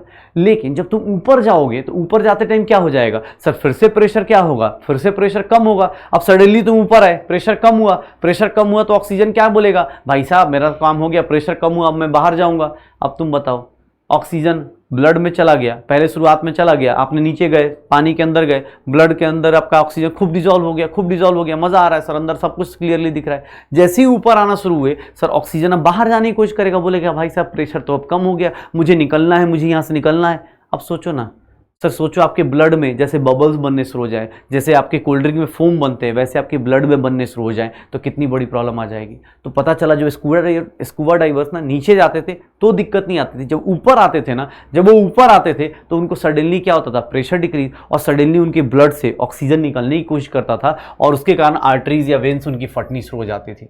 इसीलिए उनको क्या बोलते थे हम लोग, बेंड्स। उस प्रॉब्लम को क्या बोलते हैं हम लोग, बेंड्स। स्कूबा डाइवर्स को ये प्रॉब्लम कब होती है, जब वो कहाँ आते हैं, when they come towards the surface. Question याद रखना, अंदर जाते टाइम नहीं होती। अंदर जाते टाइम क्या होगा, प्रेशर बढ़ेगा, मजे में आराम से जा रहे हैं, क्यों, क्योंकि ऑक्सीजन ज्यादा, ऑक्सीजन लोगे ना तो टेंशन नहीं आएगी, ऑक्सीजन ज्यादा हो गया तो दिक्कत नहीं अपनी जिंदगी में, लेकिन हाँ कम होगी या प्रॉब्लम होगी तो प्रॉब्लम है, ठीक है ना। देख लो, अब जब ऊपर आएंगे, जब टुवर्ड्स द सरफेस आएंगे तो सडनली क्या होगा, प्रेशर डिक्रीज, और ऑब्वियस है सारा ऑक्सीजन ब्लड से निकलने की कोशिश करेगा। तो इसको अब हम लोग कैसे मिनिमाइज करते हैं, तो इसके लिए हम लोग क्या करते हैं सर, हीलियम को ऐड करते हैं। क्यों, क्योंकि देखिए यार, हीलियम क्या है, इनर्ट गैस। इनर्ट गैस ना, अगर इनर्ट गैस मैंने ले लिया तो मुझे कोई फर्क नहीं पड़ेगा। जैसे CO2 गैस है, CO2 गैस तुमने अगर कोल्ड ड्रिंक पी तो थोड़ी देर बाद क्या हो जाता है, बाहर आ जाता है ना, CO2 गैस अपने आप ही बाहर आ जाता है। सिमिलरली यहाँ पे हीलियम गैस क्या है, अगर तुमने हीलियम गैस को यूज़ करना शुरू कर दिया तो सर उससे क्या फ़ायदा होगा कि सर अंदर जाएंगे तो सर सॉल्बिलिटी जो होगी ना हीलियम गैस की उतनी नहीं होगी, बहुत कम होगी। ब्लड में चला भी गया तो आराम से वापस आ जाएगा। ऑक्सीजन के साथ क्या दिक्कत है, ऑक्सीजन ब्लड में चला गया तो वो हीमोग्लोबिन के साथ कंपाउंड बना लेता है। हीमोग्लोबिन के साथ क्या बना लेता है, कंपाउंड बना लेता है। तो हीलियम और ऑक्सीजन में डिफरेंस याद रखना। हम लोग क्वेश्चन ये पूछा जाएगा, क्यों हीलियम यूज़ करते हैं, बिकॉज ऑफ लो सॉल्बिलिटी। सर ये सॉल्बिलिटी क्या हो जाएगी ब्लड में इसकी, बहुत कम। पानी मतलब पानी अंदर चला भी गया तो कोई दिक्कत नहीं, जैसे ही ऊपर आओगे आराम से बाहर आ जाएगा। अब कोई बोलेगा सर ये रहा, इन जनरली जो वो लोग लेके जाते हैं, डाइविंग किट लेके जाते हैं, उसमें देखो हीलियम इतना है, नाइट्रोजन इतना है और ऑक्सीजन का परसेंटेज इतना है। तो सर जनरली आज के टाइम पे जो स्कूबा डाइवर्स ब्रीदिंग किट लेके जाते हैं उसके अंदर हीलियम ऐड कर देते हैं। क्यों हीलियम ऐड करते हैं, बिकॉज उनको क्या करना है, इस प्रॉब्लम को अवॉइड करना है, इस प्रॉब्लम को अवॉइड करना है। फिर किसी के दिमाग में आएगा सर ऑक्सीजन तो अभी भी तो अच्छा खासा है। अरे भाई देख, एक वर्ड होता है रेट ऑफ डिफ्यूजन और इफ्यूजन, रेट ऑफ डिफ्यूजन और इफ्यूजन याद रखो। अब तुम्हें कोई बोले सर ऐसा है ऑक्सीजन अभी भी तो है ही ना सर, तो सर वो डिपेंड करता है अंडर रूट मोलर मास पे। जो जितना लाइटर गैस होता है ना सर, जो जितना लाइटर गैस होता है उतना आराम से फ्लो करता है, उसका डिफ्यूजन वो एक जगह से दूसरी जगह बहुत तेजी से जाता है। तो सर हीलियम भले ही कम है लेकिन उसका डिफ्यूजन क्या होगा, ज़्यादा होगा, वो बॉडी के अंदर क्या करेगा, आराम से चला जाएगा। ऑक्सीजन हेवियर गैस है, आराम से जाएगा। तो इसलिए हीलियम गैस को ऐड किया, बिकॉज एक तो इनर्ट है, दूसरा उसकी सॉल्बिलिटी कम है, उसका रेट ऑफ डिफ्यूजन क्या है ब्लड के अंदर ज़्यादा होगा। हीलियम चला भी गया तो कोई दिक्कत नहीं, ऊपर आते टाइम क्या होगा, हीलियम गैस में ही रहेगा, कोई कंपाउंड तो बना नहीं रहा ब्लड के साथ, तो आराम से बाहर आ जाएंगे। इसीलिए कभी स्कूबा डाइविंग करोगे, कॉलेज पहुंचो उसका स्कूबा डाइविंग करोगे तो पता चलेगा स्कूबा डाइविंग की जो ब्रीदिंग किट होती है ना बहुत अजीब सी लगती है। अगर मुंह में ऐसे वो करोगे ना, इनहेल करोगे, बहुत अजीब सा गला वाला पे ऐसे हिट कर रहा होगा, लगेगा कि हाँ भाई कुछ गलत चीज़ ली है मैंने। नॉर्मल एयर करते हुए फर्क नहीं पड़ता, लेकिन ये वाला एयर लोगे तो अपने को पता चलेगा। तो बेंड्स, दो प्रॉब्लम आ गई मेरे पास, दो प्रॉब्लम आ गई। दो प्रॉब्लम कौन कौन सी है, तो सर एनॉक्सिया है जो कि हाई एल्टीट्यूड्स पे होता है। क्यों होता है, बिकॉज हाई एल्टीट्यूड्स पे जब ऊपर पहाड़ों पे जाते हैं लो प्रेशर हो जाता है, ऑक्सीजन ब्लड में कम हो जाएगा। सर बेंड्स क्यों होता है, बिकॉज स्कूबा डाइवर्स अंदर जाते हैं तो ऑक्सीजन ज़्यादा हो जाता है ब्लड में, और जब ऊपर आते हैं तो सडनली प्रॉब्लम आती है, उसको हम लोग क्या बोल देते हैं, बेंड्स, ठीक है। और उसको अवॉइड करने के लिए हमने क्या किया, हीलियम ऐड कर लिया है। तो सर ये सब चीज़ें ऐड कर लीजिएगा अपने नोट्स में। अच्छा सर अब आती है कुछ चीज़ें जो एक्स्ट्रा हमें जाननी है, कौन सी, तो सर ये है कि हेनरीज लॉ कहाँ फेल हो गया, हेनरीज लॉ फेल कहाँ से होना शुरू होगा। सर हेनरीज लॉ में एक बात बताता हूँ आपको मैं, हेनरीज लॉ की लिमिटेशन याद रखिएगा। लिमिटेशन क्या है कि सर एक बात बताओ, हेनरीज लॉ क्या बोलता है कि सर प्रेशर बढ़ाएंगे सॉल्बिलिटी खूब क्या होगी, बढ़ेगी, प्रेशर बढ़ाएंगे सॉल्बिलिटी क्या हो जाएगी, बढ़ती चली जाएगी। एक बात बताओ भाई, सॉल्बिलिटी मोल फ्रैक्शन की मैक्सिमम वैल्यू कितनी होगी, 1। अरे मोल फ्रैक्शन की मैक्सिमम वैल्यू कितनी होगी, 1। अच्छा एक बात बताओ, अगर मोल फ्रैक्शन मेरा 1 हो गया मतलब सर दूसरे का वैल्यू कितनी हो गई, 0। अगर सिर्फ मेरे ही मोल्स हैं तो किस टाइप का सॉल्यूशन तो तब था ना जब दो लोग मिलके बना रहे हो, जब मैं अकेला ही हूं तो किस टाइप का सॉल्यूशन। तो हेनरीज लॉ क्या हो जाएगा, इनवैलिड हो जाता है एट हाई प्रेशर। प्रेशर बहुत ज़्यादा हाई नहीं होना चाहिए, ठीक है। प्रेशर बढ़ाते हैं सॉल्बिलिटी बढ़ता है, बट हेनरीज लॉ ये भी बोलता है कि भाई प्रेशर बहुत ज़्यादा हाई भी मत कर देना। रीज़न कि भाई प्रेशर हाई कर दोगे कोई फर्क नहीं पड़ेगा, जब तुम अकेले रहोगे तो सॉल्यूशन ही नहीं रहा ना। अगर मैं बोलूं कि सर मैं अकेला हूं तो किस बात का दोस्ती भाई, किस बात का, कुछ भी नहीं है, अकेला ही हूं मैं, तो उस केस में सॉल्यूशन रहा ही नहीं। तो सर याद रखना हेनरीज लॉ कब फेल होता है, जब आप हाई प्रेशर पे पहुंच जाते हो। दूसरा सर टेम्परेचर भी बहुत लो नहीं रखना है। क्यों? अरे सर कोल्ड ड्रिंक को एक काम कर, उठा के फ्रीजर में 10 दिन के लिए छोड़ दो, देखोगे उसमें मजा नहीं आएगा, वो कोल्ड ड्रिंक ना आइस बन जाएगी और पता भी नहीं चलेगा, मजा भी नहीं आएगा उसको पीने में। भाई टेम्परेचर कम रखना होता है, कोल्ड ड्रिंक का टेम्परेचर कम रखना होता है, उसको फ्रीजर में नहीं रखना होता है। रीजन कि भाई टेम्परेचर कुछ ज़्यादा लो हो गया तो भी वो क्या हो जाएगा, बर्बाद हो जाएगा। टेम्परेचर बहुत लो कर दोगे तो भी अपने पास क्या हो जाएगा चीज़ें, अब पता चला वाटर अलग हो गया, सब कंपोनेंट अलग अलग हो गए, कोई फायदा ही नहीं होगा। तो याद रखना प्रेशर बहुत हाई नहीं रखना है, टेम्परेचर बहुत लो नहीं रखना है। सर याद रखना ये सब चीज़ें। सर बोर्ड्स में आए ना आए, नीट में ज़रूर आता है, इसलिए मैं बोल रहा हूँ आपको, इसलिए हम मिक्सचर करके पढ़ रहे हैं। ये सब चीज़ें ना आपको यहाँ पे क्वेश्चन जरूर पूछे जाएंगे कि सर कौन सी चीज़, वो जानबूझ के बोलेगा Henry's law is valid at low temperature high pressure, high temperature low pressure, ऐसे करके क्वेश्चंस देगा। तो याद रखना प्रेशर बहुत हाई नहीं रखना है, टेम्परेचर बहुत लो नहीं रखना है। दूसरा और सबसे इंपॉर्टेंट वन कि सर जो गैसेज होंगी ना, तीसरा और चौथा, गैसेज ना ही कोई केमिकल रिएक्शन करे और ना ही किसी डिसोसिएशन या एसोसिएशन में जाए। तीसरा और चौथा, जैसे मैं बोलूँ तुम्हें ये वाला गैस दे दूँ कि सर अमोनिया गैस है, पानी में डाल दीजिए, सर ये वाला बंदा ना क्या करेगा, इसके ऊपर हेनरीज लॉ वैलिड नहीं है, इसमें हेनरीज लॉ नहीं वैलिड होगा। क्यों भाई साहब, हेनरीज लॉ इनके ऊपर क्यों नहीं वैलिड है? Henry's law is not valid.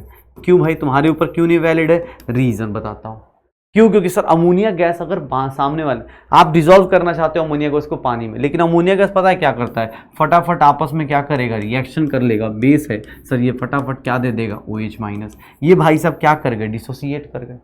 तो सर ये चीज़ क्या हुई, आप गए थे गैस को डिसॉल्व करने, आप गए थे गैस को डिसॉल्व, पता चला वो रिएक्शन कर गया, तो क्या ही लॉजिक बनता है। हमेशा चाहे डाल्टन्स लॉ हो चाहे हेनरीज लॉ, हमेशा कौन सा लेना है, नॉन रिएक्टिव लेना है। ये कोई भी टाइप का डिसोसिएशन एसोसिएशन ना करे। जैसे मैं ये बोल देता हूँ कि सर HCl गैस है, HCl गैस को पानी में डिसॉल्व करो, नहीं होगा, इसके ऊपर भी हेनरीज लॉ क्या होगा, वैलिड नहीं होगा। रीज़न कि सर ये भी क्या करेगा, पानी में जाएगा, सर ये क्या करने वाला है, ये भी H3O+ और ये क्या बना देगा, Cl-, तो ये ऐसे बन जाएगा। हेनरीज लॉ यहाँ वैलिड नहीं होता है, ये ध्यान रखना। अच्छा, किसने बोला सर कहाँ वैलिड होगा? हाँ सर ये देखो, नाइट्रोजन गैस है प्लस पानी लिक्विड में डाल दो, सर ये देखो नाइट्रोजन गैस वाटर के साथ रिएक्ट नहीं करता, तो यहाँ पे क्या होगा, हेनरीज लॉ वैलिड होगा। जहाँ पे अपने पास हेनरीज लॉ वैलिड होगा, यहाँ पे जहाँ रिएक्शन हो गई मतलब वहाँ हेनरीज लॉ वैलिड नहीं होता है। तो लिमिटेशन याद रखना, एप्लीकेशन याद रखना। Solubility of gas in liquid, sir solubility of gas in liquid ध्यान रखना, solubility of gas in liquid का सबसे मेजर चीज़ बता रहा हूँ, solubility of gas in liquid. भाई साहब क्या क्या होगा, तो ये याद रखना, गैस इन लिक्विड को कैसे कैसे सॉल्बिलिटी चेक करनी है। तो सर पहले फैक्टर क्या था, nature of gas, critical temperature high, gas जल्दी लिक्विफाई होगा, जल्दी डिजॉल्व होगा, गैस अगर बॉन्डिंग कर ले तो भी जल्दी डिजॉल्व हो जाएगा। सेकंड थिंग सर अपने पास, सेकेंड थिंग क्या था, टेम्परेचर, ये प्रोसेस क्या है, एक्सोथर्मिक, एक्सोथर्मिक में जितना टेम्परेचर कम रहता है सॉल्बिलिटी ऑफ गैस उतनी ज़्यादा हाई रहती है। तीसरा फैक्टर कौन सा, प्रेशर, और प्रेशर के लिए मेरे पास कौन सा लॉ आ गया, हेनरीज लॉ। हेनरीज लॉ किसके लिए था, गैस इन लिक्विड के लिए था, और गैस इन लिक्विड में सर क्या होता था, pressure is directly proportional to solubility, P is equals to KH into chi हमने किया, हमने उसके न्यूमेरिकल्स किए। आज हमने क्या देख लिया, उसका एप्लीकेशन देख लिया, एप्लीकेशन के बाद उसकी लिमिटेशन भी देख ली कि भाई साहब अगर आपका प्रेशर बहुत हाई हो गया, टेम्परेचर बहुत लो हो गया, या आपने कोई रिएक्शन कर ली तो आपके ऊपर हेनरीज लॉ वैलिड नहीं होगा। श्योर है सर, तो ये छोटी छोटी चीज़ें ऐड कर लीजिए, पक्का। चलो अब मेरे पास आता है कि सर सॉल्बिलिटी 3 टॉपिक से मिलके बनता है, एक सॉलिड इन लिक्विड जो हमने कर लिया, एक हमने गैस इन लिक्विड वो भी हमने कर लिया। अब आता है मेरे पास कि सर कौन सी कंडीशन, तो अब आता है मेरे पास liquid in liquid condition, liquid liquid solution, liquid liquid solution. और यहाँ पे मेरे लिए अपने को क्या मिल जाएगा, लिक्विड लिक्विड सॉल्यूशन में यहाँ पे एक नया तरीका आएगा और यहाँ पे एक नया लॉ होगा। पहली चीज़, लिक्विड के पास एक नॉर्मल चीज़, गैस का अपना प्रेशर होता है, गैस के मॉलिक्यूल्स कंटेनर से टकराते हैं, गैस के मॉलिक्यूल्स कंटेनर से टकराते हैं, वो प्रेशर एक्सर्ट करते हैं। लिक्विड्स के केस में 2 चीज़ें याद रखिएगा, लिक्विड कोई भी होगा ना, अगर मैं बात करूँ लिक्विड की, तो लिक्विड के पास एक मेजर चीज़ होती है, लिक्विड के पास कभी भी ना प्रेशर नहीं होता, वहाँ पे एक वर्ड यूज़ किया जाता है vapour pressure. Sir liquid liquid solution को हम लोग पढ़ना शुरू कर रहे हैं, तो यहाँ पे देख लेना अपने पास, लिक्विड लिक्विड सॉल्यूशन को अगर पढ़ना शुरू करूंगा तो सर देखो अपने पास मैंने क्या बोला, लिक्विड के केस में क्या होता है, vapour pressure. What is vapour pressure, तो sir pressure exerted by exerted by vapors of liquid। Sir जो लिक्विड के वेपर्स होंगे वो प्रेशर जो एग्जर्ट करते हैं उसको हम लोग क्या बोल देते हैं, वेपर प्रेशर। लिक्विड का वेपर प्रेशर, पक्का।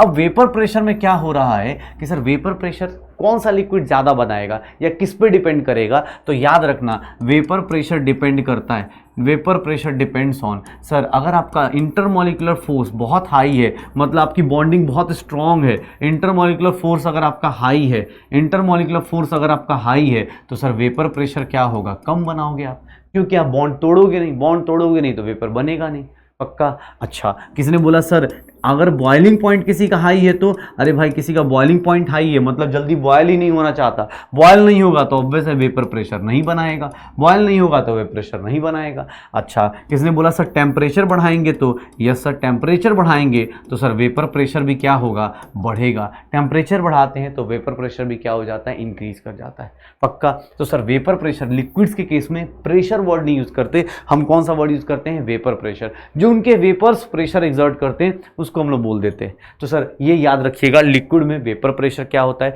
Vapour pressure is nothing, pressure exerted by vapours of liquid. Liquid का वेपर प्रेशर किसके किसके ऊपर डिपेंड करेगा, इंटरमॉलिकुलर फोर्स, बॉइलिंग पॉइंट और टेम्परेचर। टेम्परेचर ये सबको पता है ना कि ये एरो का मतलब डिक्रीज, ये इंक्रीज, ये डिक्रीज, ये इंक्रीज, ये इंक्रीज, ये इंक्रीज, ये डिक्रीज, पक्का। तो ये छोटे छोटे नोट्स बनाते रहिए, श्योर हो। तो लिक्विड के केस में क्या आ गया, वेपर प्रेशर। अब सर लिक्विड आएगा, वेपर प्रेशर बनाएगा, ठीक है, उसकी बात हो गई, लेकिन लिक्विड सॉल्यूशन में ऐसा क्या होने वाला है, लिक्विड सॉल्यूशन में ऐसा क्या होगा कि उसके लिए एक नया लॉ पढ़ना पड़ेगा। वो देखो, ये मुझे पता चल गया लिक्विड्स में वेपर प्रेशर होता है। अब मैं दो लिक्विड्स को मिक्स कर देता हूँ। अगर मैं लिक्विड सॉल्यूशन लेता हूँ, लिक्विड 1 और लिक्विड 2 दो सॉल्यूशन ले लेता हूँ, अगर मैं लिक्विड 1 और लिक्विड 2 के दो सॉल्यूशन लेता हूँ, या उससे पहले रुको, एक मिनट रुको, एक कॉमन लॉजिक लगाओ, पहले मुझे बताओ, एक सिंपल सी चीज बताना। अगर अब यहां ध्यान से देखना अपने पास, ये अगर मैं प्योर लिक्विड है, ये कोई प्योर लिक्विड है, देखो ये कोई प्योर लिक्विड है, मान लो प्योर लिक्विड 1 है, मैं सॉल्यूट सॉल्वेंट छोड़ देता हूँ, पहले ऐसे बताता हूँ, प्योर लिक्विड 1 है, खुद से बताना, प्योर लिक्विड 1 है। अगर मैं इसको हीट देता हूँ, अगर मैं इसको हीट दे रहा हूँ 100 जूल, इसको मैं हीट दे रहा हूँ 100 जूल, ठीक है, तो इसके वेपर्स बनेंगे, वेपर्स बनाएगा। अब तुम खुद से समझदार हो, थोड़ा बताना मुझे, ये रहा वेपर्स बनाएगा।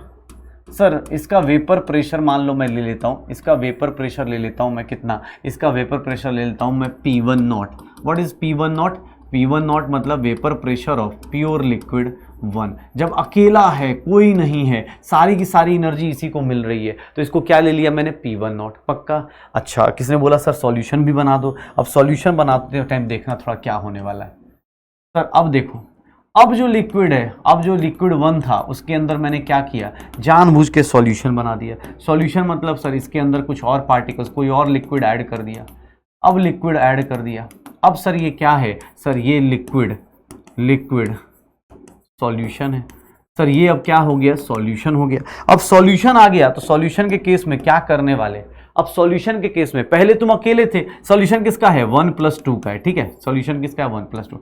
अब तुम अगर हीट दे रहे हो, सेम अमाउंट ऑफ हीट दे रहे हो, 100 जूल मान लो अब भी दे रहे हो, तुम्हें क्या लग रहा है, तुम्हें क्या लग रहा है, पहले वाला प्रेशर बनेगा या उससे ज़्यादा बनेगा या कम बनेगा, खुद से गेस कर लो। मान लो तुम पहले घर में अकेले थे तो जो मिठाई आ रही थी तुम खा रहे थे, अब तुम्हारे घर में अपने पास 2-3 लोग और आ गए तो ऑब्वियस है ना, डिस्ट्रीब्यूट करना पड़ेगा। तो मतलब जो तुम्हें पहले मिलता था उसका कम मिलेगा। पहले एनर्जी सारी की सारी किसको मिल रही थी, अकेले वाले को, वो भाई सब खूब खुशी खुशी बना रहे थे, प्रेशर वेपर्स बना रहे थे, खुश थे अपनी जिंदगी में। लेकिन जैसे ही मैंने कुछ डाल दिया, ऑब्वियस है उसका वेपर प्रेशर क्या हो जाएगा, कम। और इसको हम लोग क्या बोल देते हैं, इसको हम लोग बोल देते हैं, मान लो ये 1 का है तो vapour pressure of liquid 1 in solution, vapour pressure of liquid 1 in solution. अब मुझे ये बताओ, ये P1 है और ये P1 नॉट है, सर कौन सा प्रेशर, अगर मैं ऐसा लिखना चाहूं P1 नॉट और P1 के बीच का रिलेशन निकालना चाहूं, what will be the relation, कौन बड़ा होगा कौन छोटा होगा। सर मैं ऐसा बोल सकता हूं कि जब अकेले थे तो ज़्यादा वेपर प्रेशर बनता था। ये वाला क्या है, सॉल्यूशन के अंदर जब आप सॉल्यूशन बना लोगे तो ऑब्वियस से क्या हो जाएगा, आप किसी के साथ मिक्स हो गए तो आपका वेपर प्रेशर क्या हो जाएगा, कम हो जाएगा। जैसे हमारी ज़िंदगी में होता है, अगर मैं अकेले पढ़ाई कर रहा हूँ, दिन में अपने पास घर में आराम से बैठ के पढ़ाई करूँगा, ज़्यादा अच्छे से पढ़ूंगा। अब 2-3 दोस्तों के साथ बैठ के पढ़ूंगा तो कुछ ना कुछ तो बात हो ही जाएगी, चाहे नहीं हो लेकिन फिर भी कुछ ना कुछ तो बातें, कन्वर्सेशन हो ही जाएगी। तो ये वाली कहानी। सर प्योर कंपोनेंट है तो उसका क्या होगा, P1 नॉट। अगर सर किस सॉल्यूशन में चला गया तो उसका वेपर प्रेशर क्या हो जाएगा, कम हो जाएगा। पक्का। तो सर देख लो, लिक्विड का वेपर प्रेशर कुछ डालते हो तो क्या हो जाता है, कम हो जाता है। क्यों? क्योंकि सर सीधा हिसाब किताब है, पहले 100 जूल आपको मिल रहा था, अब 100 जूल क्या होगा, डिस्ट्रीब्यूट हो गया, तो भाई आपको तो कम एनर्जी मिली ना, तो आप वेपर प्रेशर क्या बनाओगे, कम बनाओगे। पक्का। तो अब देखो, अब ये मुझे पता चल गया कि राउल्ट्स लॉ में क्या कहना चाह रहा है, कि राउल्ट्स लॉ ये बोलना चाह रहा है कि अगर मैं सर दो लिक्विड को मिला दूं, लिक्विड 1 और प्लस लिक्विड 2, इन दोनों लोगों को मिला देता हूं, अगर मैं दो लोगों को मिलाता हूं, लिक्विड 1 और लिक्विड 2, मतलब सॉल्यूशन में ऐसा बना देता हूं, थोड़ा ध्यान से देखना, ये मेरे पास लिक्विड 1 है, मैं अलग अलग कलर्स यूज़ कर रहा हूँ, ठीक है ना। अगर मेरे पास ये लिक्विड 1 है, अगर मैं ये लिक्विड 1 यूज़ कर रहा हूँ, ठीक है, और ये मेरे पास लिक्विड 2 हो गया, ठीक है ना, इन लोगों को मिला के मैंने एक सॉल्यूशन बना लिया। अब दिक्कत वो नहीं है, बोल क्या रहा है क्वेश्चन, राउल्ट्स लॉ क्या बोलता है कि राउल्ट्स लॉ बोलना शुरू करता है कि भाई साहब सुनिए, ऐसा है कि जो ऊपर वेपर्स बनेंगे ना, ऊपर जो वेपर्स बनेंगे उसमें 1 का कितना कंट्रीब्यूशन होगा, 2 का कितना कंट्रीब्यूशन होगा, ये देख लीजिए। मतलब कि सर ये सॉल्यूशन किसका बना, सॉल्यूशन ये है किसका, सॉल्यूशन ऑफ 1 + 2, सॉल्यूशन किसका किसका है, 1 + 2 का, दो लोगों का सॉल्यूशन है। अब तुमने क्या बोला कि सर मैं एक काम करता हूँ, मैंने एक काम करता हूँ, मैं ना, अब देखो ऊपर वेपर्स बनेंगे, हीटिंग करूंगा वेपर्स बनेंगे। अब किसने बोला सर किसके कितने वेपर्स बनेंगे, प्रेशर किसका कितना होगा, किसने बोला सर, याद रखो अब यहाँ पे मेरे पास आता है, यहाँ पे मैं एक स्टेटमेंट लिखने जा रहा हूँ और ये मेरे पास लॉ है, that is known as Raoult's law. Raoult's law क्या बोलता है कि सर अगर लिक्विड लिक्विड सॉल्यूशन लोगे, सर फॉर लिक्विड सॉल्यूशन, अगर मैं लिक्विड सॉल्यूशन लेता हूँ, फॉर लिक्विड सॉल्यूशंस, अगर मैं लिक्विड सॉल्यूशन लेता हूं, तो सर जो partial vapour pressure of liquid is directly proportional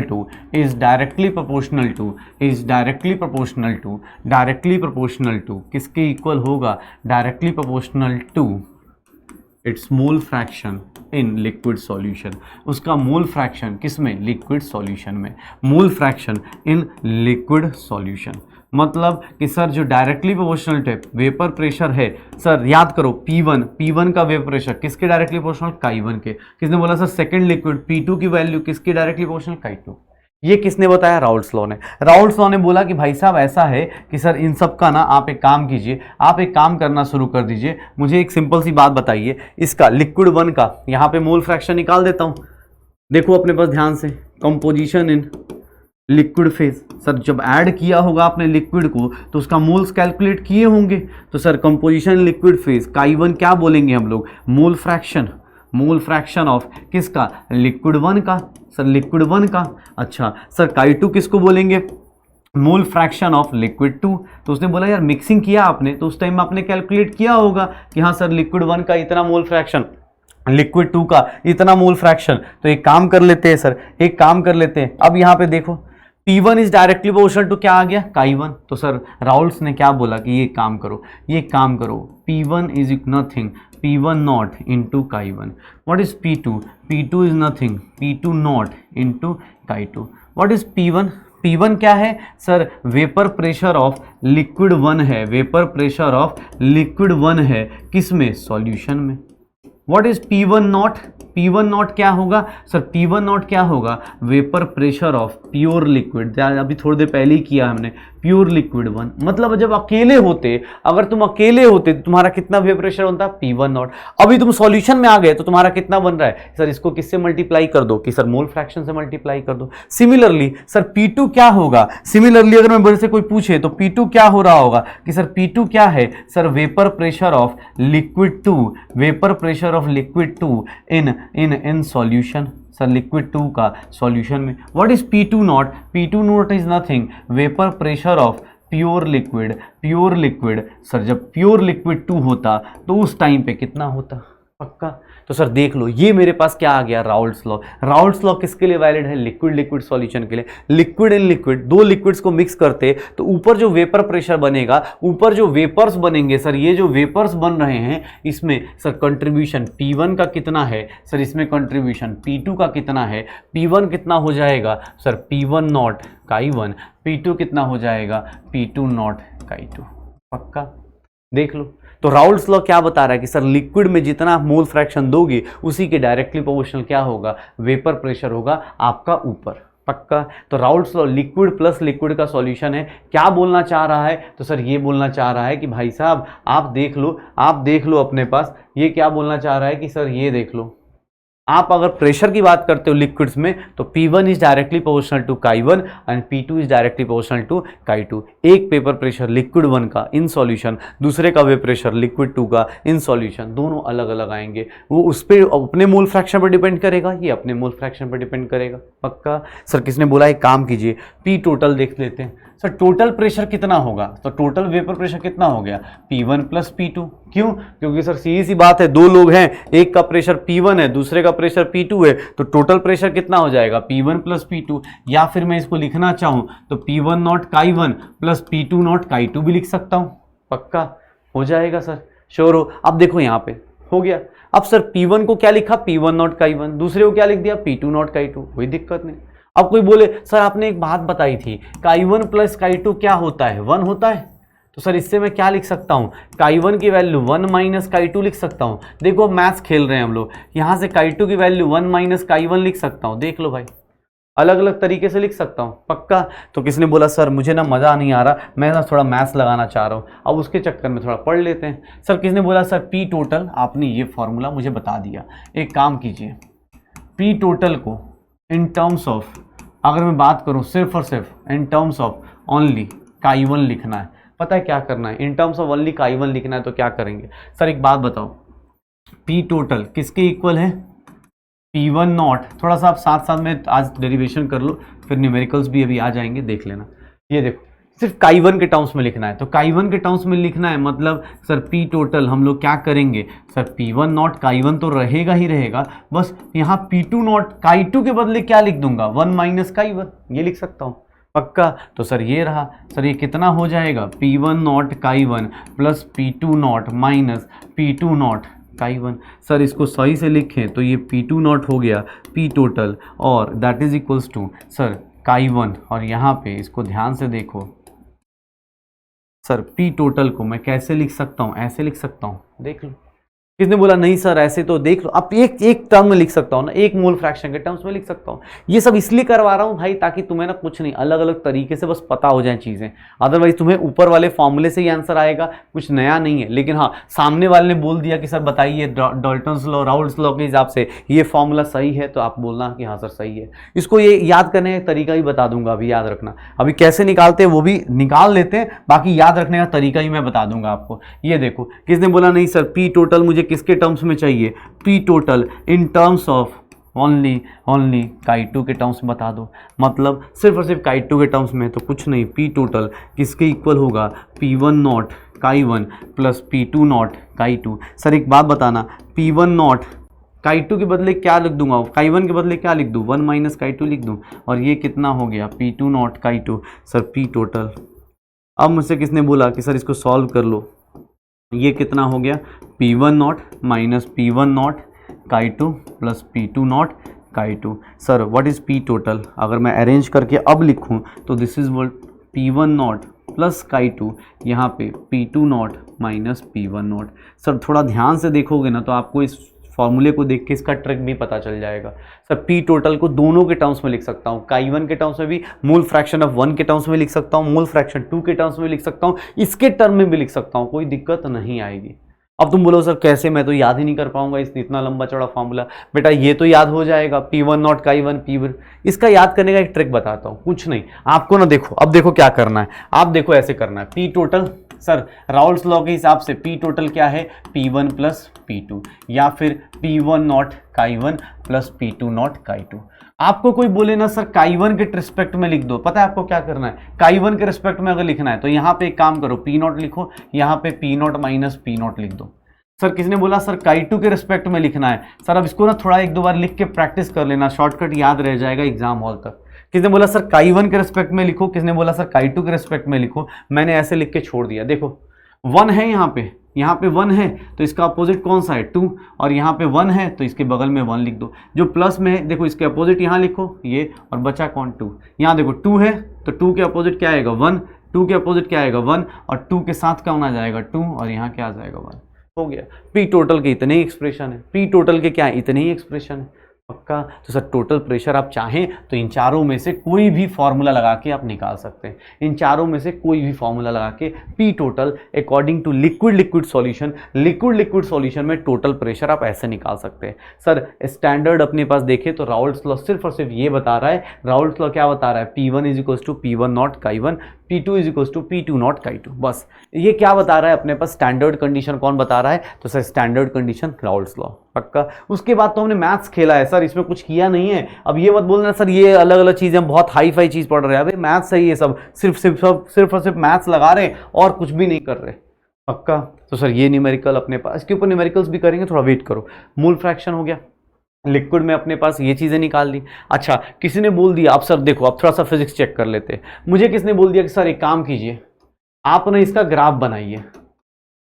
sir एक बार देखो, किसने बोला सर आप ना एक ग्राफ बनाइए, किसके टर्म्स में, सर पी टोटल को काई2 के टर्म्स में ग्राफ बनाइए। पहले फॉर्मूला लिखो, पहले ये फॉर्मूला लिखो, किसके रिस्पेक्ट में, काई2 के टर्म्स में लिखना है। याद कर ट्रिक क्या था, यहाँ 2 है तो यहाँ क्या होगा 1 और यहाँ क्या हो जाएगा 2 और 1।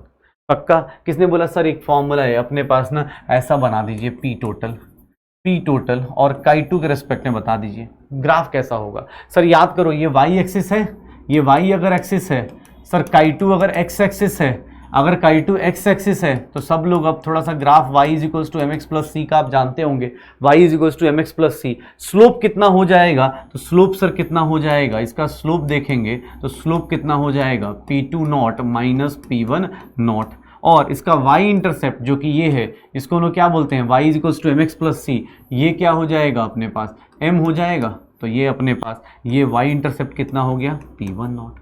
तो क्वेश्चन अब चाहे तो ग्राफ वाइज भी क्वेश्चन पूछ सकता है, एक तो भी न्यूमेरिकल करेंगे ही, लेकिन हाँ चाहे कोई क्वेश्चन तो ग्राफ वाइज भी क्वेश्चन पूछा जा सकता है। चलो किसने बोला नहीं सर अब एक काम कीजिए काई1 के टर्म्स में बना दीजिए, फिर से शॉर्टकट लगाएं, काई1 के टर्म्स में लिखना है तो पी नॉट, यहाँ पे P not minus P not. देखना भाई साहब यहाँ 1 है तो यहाँ क्या होगा 2, यहाँ क्या होगा 1, यहाँ क्या होगा 2। सर अब शुरू कर दीजिए। किसने बोला सर एक काम कीजिए, अभी आपने पी टोटल का सर काई1 काई2 के साथ बनाया था, अब काई1 के साथ बना दीजिए ग्राफ, बना दो ग्राफ भाई साहब, देख लो क्या होगा। तो सर इसमें क्या होगा, ये क्या हो गया, ये अपने पास y एक्सिस हो गया, ये y एक्सिस हो गया, ये मेरे पास क्या हो गया x एक्सिस हो गया। Sir y is equals to m x, तो मतलब ये स्लोप हो गया, और ये क्या हो गया c। तो सर यहाँ पे स्टार्ट कैसे करेंगे, यहाँ स्टार्ट कैसे करेंगे देख लो ध्यान से। तो सर ये स्लोप कितना हो गया, स्लोप हो जाएगा P1 not minus P2 not, और सर ये y इंटरसेप्ट कितना हो जाएगा P2 नॉट। पक्का। तो दोनों ग्राफ देख लो अपने पास। तो सर अलग अलग ग्राफ वाइज क्वेश्चन पूछेगा तो ऐसा पूछ रहा होगा, ग्राफ वाइज क्वेश्चन पूछेगा तो ऐसा पूछ रहा होगा। तो सर राउल्ट्स लॉ में, राउल्ट्स लॉ के बेसिक चीज़ें याद रखो। बेसिक चीज़ क्या पढ़ी हमने राउल्ट्स लॉ में, तो sir Raoult's law liquid plus liquid का सॉल्यूशन है, लिक्विड प्लस लिक्विड का सॉल्यूशन है, जिसमें ये बोला जा रहा है अगर 2 लिक्विड है तो सबके इंडिविजुअल वेपर प्रेशर जो होंगे, इंडिविजुअल वेपर प्रेशर उसके मोल फ्रैक्शन के directly proportional. Total vapour pressure क्या हो जाएगा, P total P1 plus P2 या फिर P1 नॉट काई1 प्लस P2 नॉट काई2। और इसी को मैं अलग अलग तरीके से लिखूंगा तो मैं ऐसे ऐसे लिखूंगा और इसके ग्राफ्स बना सकता हूं। पक्का। यहां तक हो जाएगा सर राउल्ट्स लॉ बहुत ही इंपॉर्टेंट लॉ है, तो ध्यान से सुनना, कहानी बहुत ज़्यादा इंपॉर्टेंट है आज अपने लिए। सर राउल्ट्स लॉ की ये चीज़ें हो जाएंगी। फिर किसने बोला सर एक बात बताओ लिक्विड फेज में कंपोजिशन क्या है आपका, लिक्विड फेज में कंपोजिशन है काई1 और काई2। थोड़ा ध्यान से सुनना, लिक्विड फेज में आपने लिक्विड में मिलाया काई1 और काई2। अब आप हीट कर रहे हो तो हीट में ऊपर वेपर बनेगा, तो उसका वेपर अलग बनेगा, इसका वेपर अलग बनेगा। तो सर लिक्विड में तो आपको कंपोजिशन पहले से पता है ना कि काई1 और काई2 है। आपने जब 2 लिक्विड को डाला है, 2 लिक्विड को मिक्स किया है, तो आपको पता है कि 10 ग्राम ये डाला, 20 ग्राम ये डाला, उसका मोल फ्रैक्शन आपने निकाल लिया। लेकिन किसने बोला कि सर अगर मुझे कंपोजिशन इन लिक्विड फेज के बदले, कंपोजिशन लिक्विड फेज के बदले आप मुझे कंपोजिशन इन वेपर फेज बताओ। सर ये ध्यान रखना, लिक्विड फेज के बदले अगर किसने बोल दिया कि sir composition in vapour phase बताओ, बेटा आप देख ले सारा फॉर्मूला एक साथ मैं करवा दूंगा, फिर उसके बाद ना भाई साहब आपको क्वेश्चंस आ भी कराऊंगा और अगली क्लास में तो आएगा ही आएगा, क्योंकि सबसे इंपॉर्टेंट टॉपिक है सॉल्यूशन का सबसे इंपॉर्टेंट टॉपिक अभी चल रहा है, तो थोड़ा ध्यान से अलर्ट मोड पे चलना है। कंपोजिशन वेपर फेज पूछ दिया गया, मतलब जो ऊपर वेपर बना उसके अंदर क्या कंपोजिशन है। तो सर अगर आपसे बोला जाए तो याद रखिएगा मोल फ्रैक्शन ऑफ, अगर मैं ऐसा बोल दूं मोल fraction of 1 in vapour phase, अगर लिक्विड 1 का वेपर फेज में आप पूछ रहे हो तो सर पता है ये किस पे डिपेंड करेगा, सर इसको मैं रिप्रेजेंट करता हूँ y1 से। क्यों? क्योंकि ऑलरेडी x यूज कर चुका हूँ तो y1 से रिप्रेजेंट करता हूँ, and that will be P1 upon P total. And what is P1? Sir P1 not chi1, and what is P total? P1 not chi1 plus P2 not chi2। Sir ये कहाँ से आया, कैसे आया? तो बिकॉज ये किस पे बेस्ड है सर, ये बेस्ड है, ये किससे निकाला? Based on Dalton's law of partial pressure. शायद देखो Dalton's law of partial pressure थोड़ी देर पहले लिखा था। Dalton's law of partial pressure किसके लिए था सर? गैसेस के लिए था। तो सर यहाँ ऊपर क्या है? गैस है। तो वेपर फेज में देख लो अपने पास, यहाँ से लिखना चाहूँ तो मैं ऐसा भी लिख सकता हूँ कि व्हाट इज P1? P1 क्या है? y1 into P total. शायद देखो यही पढ़ा था हमने, शायद Dalton's law of partial pressure यही था शायद। तो कंपोजिशन अगर वेपर फेज का निकालना है तो वो राउल्ट्स लॉ पे नहीं वैलिड होगा, वो किस पे बेस्ड होगा? डाल्टन्स लॉ पे बेस्ड होगा। किसने बोला नहीं सर मुझे मोल फ्रैक्शन ऑफ 2 बताओ, मुझे y2 की वैल्यू बताओ, मोल फ्रैक्शन ऑफ 2 बताओ इन वेपर फेज। देख अलग अलग जगह पे कंपोजिशन निकाल रहा हूँ, अलग अलग जगह पे कंपोजिशन निकाल रहा हूँ। तो वेपर फेज में जो कंपोजिशन होगी सर y2 की कंपोजिशन क्या होगी? y2 की कंपोजिशन देखोगे तो y2 is nothing P2 upon P total, and what is P2? तो sir P2 is nothing P2 not chi2 divide by P1 not chi1 P2 not chi2। देख तो ये हो जाएगा। तो मोल fraction of 1 in vapour phase, mole fraction of 2 in vapour phase, y1 और y2 अपने पास कैसे निकालेंगे? किसने बोला सर डाल्टन्स लॉ प्रूव करो? तो ये रहा भाई साहब, P2 किसके इक्वल होगा? y2 इंटू पी टोटल हो गया। तो sir composition in liquid phase, composition in vapour phase, sir दोनों में डिफरेंस है। एक में मोल फ्रैक्शन chi1 से रिप्रेजेंट कर रहे हैं, वो आपको शुरुआत से पता है कि आपने इतना ऐड किया है। ऊपर वेपर में कितना कौन कितना बनाएगा, 1 का कितना वेपर होगा, 2 का कितना वेपर होगा, उसका कितना मोल फ्रैक्शन होगा, इसके बारे में बात कर ली हमने। y1 और y2 निकाल दिया। तो राउल्ट्स लॉ में अपने पास सर सीधी सी बात है राउल्ट्स लॉ। अच्छा राउल्ट्स लॉ में भी सर कैसे लो होंगे? जिनका आपस में कौन से लिक्विड्स होंगे? जो आपस में रिएक्ट नहीं करते। एसिड प्लस बेस में राउल्ट्स लॉ नहीं वैलिड होगा। रीजन कि भाई एसिड और बेस में वेपर तो छोड़ दो, आपस में रिएक्शन कर लेंगे तो उसका कोई लॉजिक नहीं बनता। तो राउल्ट्स लॉ में भी सेम स्टेटमेंट यूज कर रहे होंगे हम लोग, तो ये ध्यान रखना। राउल्ट्स लॉ में देखो आए अपने पास चीजें आ गई, मुझे अब सारी चीज़ें कल क्लियर हो गई कि सर लिक्विड प्लस लिक्विड को मिक्स करूंगा तो राउल्ट्स लॉ लगाना है। क्या बोलता है कि सर एक लिक्विड का कितना वेपर प्रेशर बनेगा सॉल्यूशन में? अगर P1 बोलता हूं तो वो डायरेक्टली प्रोपोर्शनल टू chi1 है। अगर सेकंड लिक्विड का बोलूं तो P2 directly proportional to chi2 है। P1 नॉट इंटू chi1 है, P2 नॉट इंटू chi2 है। सर दोनों को मिला दूंगा तो टोटल प्रेशर आ जाएगा। अच्छा chi1 और chi2 लिक्विड फेज का कंपोजिशन है जब आप मिक्स कर रहे हो। ऊपर जो वेपर फेज में बात करेंगे तो वेपर फेज में कौन सा कंपोजिशन होगा? तो उसके लिए क्या किया? y1 और y2। वो किस पे बेस्ड है? वो राउल्ट्स लॉ पे बेस्ड नहीं है, वो किस पे बेस्ड है? डाल्टन्स लॉ पे। क्योंकि ऊपर तो गैस हो गया ना, तो गैस में कौन सा लगेगा? Dalton's law. गैस में कौन लगेगा? Dalton's law. तो y1 क्या हो जाएगा? P1 upon P total. y2 क्या हो जाएगा? P2 upon P total. बहुत सारे फॉर्मूलाज हो गए, चीजें हो गई। एक काम करते हैं क्वेश्चंस पे आते हैं, न्यूमेरिकल्स करना शुरू करते हैं, आपको पता चलेगा। न्यूमेरिकल्स देखो, जैसे मुझे ये क्वेश्चन दिया गया, अगर मुझे ये क्वेश्चन दिया गया, सीख लो पहले मेरे से साथ सीखो, फिर कल से अपने पास न्यूमेरिकल्स करते रहिएगा। सर ये क्वेश्चन दिया गया, अगर मुझे ये क्वेश्चन दिया गया, मुझे बोला गया कि सर इसका बताइए, इसका पी टोटल बताइए, वेपर प्रेशर ऑफ सॉल्यूशन बताइए, टोटल प्रेशर ऑफ सॉल्यूशन बताइए। तो सर पी टोटल कैसे निकालूंगा? पी टोटल कैसे निकालूंगा? पी नॉट ए काई ए प्लस पी नॉट बी काई बी। ठीक है सर, पक्का? अच्छा सर एक चीज और, सर एक बात बताओ, पी नॉट ए कितना दिया है? सर पी नॉट है 100 दिया है। व्हाट इज काई ए? काई ए का मतलब क्या होता है? सर काई ऑफ ए क्या होता है? मोल फ्रैक्शन ऑफ ए क्या होता है? अपने moles divide by total moles. Sir काई ए की वैल्यू कितनी हो गई? 2 मोल्स डिवाइड बाई 2 प्लस 3 कितना हो गया? 2/5। व्हाट विल बी काई बी? काई बी क्या हो जाएगा? सर 3/5, यही होगा, पक्का? तो सर पुट करो, ये अपने पास 2/5, ये कितना हो गया? इसकी वैल्यू कितनी है? 80 इंटू 3/5। सर निकालोगे तो ये कितना हो गया? 40, और ये कितना हो गया? 20, और ये कितना हो गया? 16। तो 16 इंटू 48 कितना आ जाएगा? 88। और कौन सा आंसर आ जाएगा? हो गया। सर देख लो अपने पास, सर बहुत ही इंपॉर्टेंट टॉपिक है राउल्ट्स लॉ। पिछले नीट 2021 का एक क्वेश्चन आया हुआ है इसके ऊपर ही न्यूमेरिकल आया हुआ है, वो भी तुम अगले साल का अगली क्लास में करके दिखा दोगे, मुझे पूरा भरोसा है। तो प्लीज़ ट्राई करना ये क्वेश्चंस कैसे अटेम्प्ट करना है। वेपर प्रेशर प्योर लिक्विड का दिया है, मतलब अकेला ए होगा तो उसका अपना वेपर प्रेशर कितना होगा? 100, अकेला बी होगा तो उसका कितना होगा? 80। जैसे ही मिक्सिंग किया, इसका वेपर प्रेशर 40, इसका वेपर प्रेशर कितना हो गया? 48।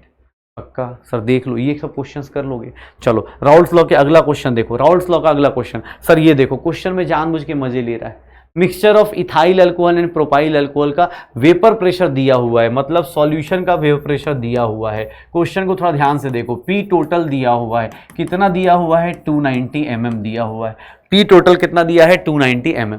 किसने बोला sir P not of propyl alcohol, देख लीजिए P not of propyl alcohol कितना दिया है, क्वेश्चन में देखो तो दिया हुआ है कितना सर 200 mm दिया है। ठीक है sir, mole fraction of ethyl alcohol दिया हुआ है, मोल फ्रैक्शन ऑफ इथाइल अल्कोहल दिया हुआ है कितना 0.6। Sir what will be mole fraction of propyl alcohol, दो ही लोग हैं, अगर दो ही लोग हैं तो सर उस केस में प्रोपाइल अल्कोहल का मोल फ्रैक्शन कितना हो जाएगा सर, कितना हो जाएगा 0.4। पक्का, क्यों? क्योंकि सर दो लोगों का मोल फ्रैक्शन हमने हमेशा पढ़ रखा है, कितना होता है 1। अच्छा सर क्या निकालना है, तो P not of ethyl alcohol निकालना है, P not of ethyl alcohol निकालना है। तो सर कैसे निकलेगा, तो सीधा सीधा अगर मैं बात करूं कैसे निकलेगा, तो एक काम करो, पी टोटल किसके इक्वल होगा sir, P not of propyl, P not of propyl into mole fraction of propyl, यही लिखूंगा, plus P not of ethyl into mole fraction of ethyl, यही लिखने वाला हूं। पक्का, टोटल प्रेशर का फॉर्मूला तो यही होगा ना। तो चलो ये कितना हो गया 290, पी नॉट ऑफ प्रोपाइल कितना है 200, उसका मोल फ्रैक्शन कितना है, मोल फ्रैक्शन कितना है 0.4। सर इसका कितना होगा नहीं पता, P not of ethyl alcohol नहीं पता, उसका मोल फ्रैक्शन कितना है 0.6। ये कितना हो गया 290, ये कितना हो गया 80, P not of ethyl into 0.6, ये 290 इधर आएगा, माइनस हो गया 210, P not of ethyl into 0.6। Sir P not of ethyl calculate करने जाओगे तो दिस विल बी 210, 0.6, ये 0 डेसिमल ऊपर चला गया, 6 से ये कितना हो जाएगा 3 टाइम्स 18 हो गया, 18 से ये 5350। सर कितना आंसर आ जाएगा, पी नॉट की वैल्यू कितनी आ जाएगी 350। तो सर देख लो टोटल प्रेशर से सब कुछ उल्टा भी कर सकते, जरूरी नहीं कि आपको हमेशा टोटल प्रेशर ही निकालना है। इससे पहले वाला क्वेश्चन क्या था, टोटल प्रेशर निकालो, इसके बाद वाले क्वेश्चन में क्या है कि टोटल प्रेशर दिया है पी नॉट निकालो, तो पी नॉट निकालते रहो। सर अलग अलग राउल्ट्स लॉ के क्वेश्चंस अलग अलग तरीके से पूछे जाएंगे, बताते रहो, उनके क्वेश्चंस अटेम्प्ट करते रहो। पक्का सर हो जाएगा, पी टोटल निकाल लोगे, पी टोटल आप निकाल लोगे सबके साथ, पी टोटल कर लोगे, श्योर हो। अच्छा किसने बोला सर एक बात बताइए, थोड़ा ध्यान से सुनना भाई साहब, ये अब ये नोट करके अपने पास लिख लेना, क्योंकि बहुत इंपॉर्टेंट चीज बताने वाला हूँ। पी टोटल किसी सॉल्यूशन में लिक्विड में जाते हैं तो पी नॉट ए काई ए प्लस पी नॉट बी काई बी होता है। ठीक है सर, अब 1 और 2 के भाई मेरे एक्चुअली कुछ लोग होते हैं कि सर आप 1 और 2 में लिख रहे हो, कभी ए और बी में लिख रहे हो, क्या ही फर्क पड़ रहा है भाई, मेरी मर्जी है, लिक्विड 1 लूँ लिक्विड 2 लूँ, लिक्विड ए लूँ लिक्विड बी लूँ, सेम चीज़ है, लिक्विड इथाइल अल्कोहल लूँ मिथाइल अल्कोहल लूँ, सेम चीज़ है भाई, ए के बदले इथाइल लिख दो, बी के बदले मिथाइल लिख दो, क्या ही फर्क पड़ रहा है। सिमिलरली अब सर ये नहीं कि 1 और 2 में समझाइए ए और बी में समझाइए, भाई वो सेम चीज़ है, ए और बी दोनों फ्लक्चुएट कर जाएंगे। तो यहाँ देख पी नॉट एक आई है, अब यहाँ थोड़ा ध्यान से सुनना, एक सिंपल सा मैथ्स का लैंग्वेज बताना। अगर मैं ऐसा लेता हूँ, केस 1 लेता हूं, अगर मैं बोलता हूं काई की वैल्यू 0 है, काई की वैल्यू 0 हो गई, मतलब मोल फ्रैक्शन ऑफ ए 0 हो गया, उस कंडीशन में तुम्हें ही पता है काई बी की वैल्यू क्या हो जाएगी 1। पक्का, काई की वैल्यू अगर 0 हो गई मतलब सारा का सारा ए 0 हो गया, सिर्फ और सिर्फ क्या बचा बी, तो उस केस में पी टोटल की वैल्यू सर बताओगे किसके इक्वल होगी sir, P not a into 0 plus P not be into क्या हो गई 1। सर उस टाइम पे पी टोटल की वैल्यू क्या हो जाती है पी नॉट बी। अब तो इसको रटना मत, ध्यान से सोचना, खुद सोच लेना। सर अगर ए है ही नहीं तो अगर खाली प्योर बी है, काई बी 1 हुआ मतलब प्योर बी है, तो प्योर बी होगा तो टोटल प्रेशर किसको रिप्रेजेंट करेगा, पी नॉट बी को। पक्का कॉन्सेप्ट लगा कि सर अगर ए है ही नहीं, बी की वैल्यू कितनी हो गई 1, तो सर बी अगर अकेला सिर्फ बी है तो उस टाइम पे टोटल प्रेशर किसके इक्वल होगा, पी नॉट बी। किसने बोला नहीं सर केस 2 देखो, केस 2 देखो अपने पास, अगर काई की वैल्यू 1 कर दिया तो सर अगर काई की वैल्यू 1 हुई तो बी की वैल्यू क्या हो गई 0। तो अब देखोगे, अब खुद से सोच लो, ए सिर्फ और सिर्फ ए है तो पी टोटल कितना हो जाएगा पी नॉट ए। लेकिन चलो मैं मैथ से डिराइव कर देता हूँ भाई साहब, क्या हो जाएगा sir P not a into 1 plus P not be into क्या हो जाएगा 0। तो सर पी टोटल किसके इक्वल आ जाएगा, पी टोटल किसके इक्वल हो जाएगा, पी नॉट ए के इक्वल हो जाएगा। देख लो पी टोटल किसके इक्वल हो गया, पी नॉट ए के इक्वल हो गया। तो ऐसे करके हम लोग चीज़ें रिलेट कर सकते हैं। सर आपको मैथ्स का क्वेश्चन दिया, मैथ्स से कह रहा हूँ सर, केमिस्ट्री का क्वेश्चन दिया जाए अलग अलग तरीके से कि सर एक कंपोनेंट जीरो हो गया तो दूसरे का प्रेशर, उस टाइम पे एक कंपोनेंट जीरो मतलब दूसरा मैक्सिमम पे है तो उसका प्रेशर हो जाएगा। अगर एक कंपोनेंट ये 1 हो गया तो दूसरा 0 हो गया तो उसका प्रेशर पी नॉट ए हो गया। पक्का श्योर हो? अब देखो इससे मेरा क्वेश्चन कितना आसान होगा। जैसे अगला जो क्वेश्चन है ना वो थोड़ा ध्यान से देखना। अब ये क्वेश्चन कोई साथ में करना चाहे, कोई चाहे करने का अटेम्प्ट तो कर भी सकता है, लेकिन मैं तुझे इसका ट्रिक बता दूंगा। अभी इस क्वेश्चन को देख लो थोड़ा ध्यान से। इसको सॉल्व करने के 2 तरीके बताता हूँ, ठीक है ना। 4 ऑप्शन है, ये थोड़ा इधर हो गया है। फर्स्ट मेथड, अगर मुझसे किसने बोला कि सर ये क्वेश्चन देख के आप कैसे सॉल्व करोगे, आप क्वेश्चन को पढ़ लो थोड़ा ध्यान से, क्वेश्चन को पढ़ लो। टोटल प्रेशर को किसके टर्म्स में लिखा गया है, काई ऑफ बी के टर्म्स में। अच्छा तो सर टोटल प्रेशर को आप काई ऑफ बी के टर्म्स में लिखते हो तो कैसे लिखोगे? अभी लिखना सीखा था शायद, अभी लिखना सीखा था, अभी ऐसे शॉर्टकट सीखा है ना शायद हमने कि सर टोटल प्रेशर को किसी एक के मोल फ्रैक्शन के टर्म्स में लिख सकते हैं। इधर अगर बी है तो इधर क्या होगा ए, इधर बी है तो इधर क्या होगा बी, और इधर क्या होगा ए। पक्का? सर इस इक्वेशन को आप किसके साथ कंपेयर कर दो? सर इस इक्वेशन को किसके साथ कंपेयर कर दो? सर 120 माइनस 75 काई बी के साथ कंपेयर कर दो, या फिर इसको सही से लिख दो तो ऐसा होगा, लिख सकता हूं सर ये काई बी के साथ क्या लगा होता है, -75 लगा हुआ है, मतलब ये किसकी वैल्यू बता रहा है। इससे मैं देखूं तो क्या लिखूंगा, P not be minus P not a की वैल्यू कितनी आ रही है, -75। देख लो ये इसको रिप्रेजेंट कर रहा है। अगर दोनों इक्वेशन सही हैं तो दोनों की वैल्यूज क्या होंगी, इक्वल। सर ये पी नॉट ए किसको रिप्रेजेंट कर रहा है? सर पी नॉट ए की वैल्यू कितनी आ गई, पी नॉट ए की वैल्यू कितनी आ गई? अगर मैं सीधा सीधा बात करूं तो पी नॉट ए कितना आ जाएगा मेरे पास, पी नॉट ए कितना आ जाएगा, पी नॉट ए सीधा सीधा इस इक्वेशन से कितना आ गया 120। What is P not a minus sorry P not be minus P not a कितना है -75। सर पी नॉट बी कितना हो जाएगा -75 plus P not a, sir कितना हो गया -75 प्लस 120 कितना हो रहा है 45। सर बी और ए की वैल्यू आ गई, देख लो ए की वैल्यू कितनी हो गई, ए की वैल्यू अपने पास 120 और बी की वैल्यू कितनी है 45। तो कौन सा ऑप्शन मैच कर गया, थर्ड ऑप्शन। तो सर इस तरह का क्वेश्चन आए तो आप इस तरीके से कर सकते हो। लेकिन यार मेरे हिसाब से ना ये अभी भी लंबा चौड़ा मेथड है, हम इतना नहीं करेंगे। हमने अभी थोड़ी देर पहले यही सीखा है। सर एक बात मारो, अब ये इक्वेशन लिखूंगा, मान लो एग्जाम हॉल में ऐसे ही प्रेशर चल रहा है काफ़ी सारा, तो उस एग्जाम हॉल में अभी ये सोचना, इस तरह से लिखना अपने को थोड़ा टाइम हो सकता है उल्टा हो जाए, कुछ गलती हो जाए, मान लो शॉर्टकट भूल गया, ए माइनस बी कर दिया, सारा आंसर गड़बड़ हो जाएगा। तो इसका एक सिंपल सा तरीका बताता हूँ, सेकंड मेथड बताता हूँ, तुम खुद बताना कि सर ये वाला ज़्यादा इजी है या फर्स्ट मेथड ज़्यादा इजी है। सेकंड मेथड से आप क्वेश्चन अटेम्प्ट करके देखोगे ना भाई साहब, बहुत ही ज़्यादा आसान हो जाता है। पी टोटल कितना दिया है 120 माइनस काई बी इंटू 75, यही दिया हुआ था ना, यही था अपने पास, यही था, ठीक यही था। अब एक बात बताओ, ये काई बी इंटू 75 दिया हुआ है, मुझे एक सिंपल सी चीज़ बताना आप।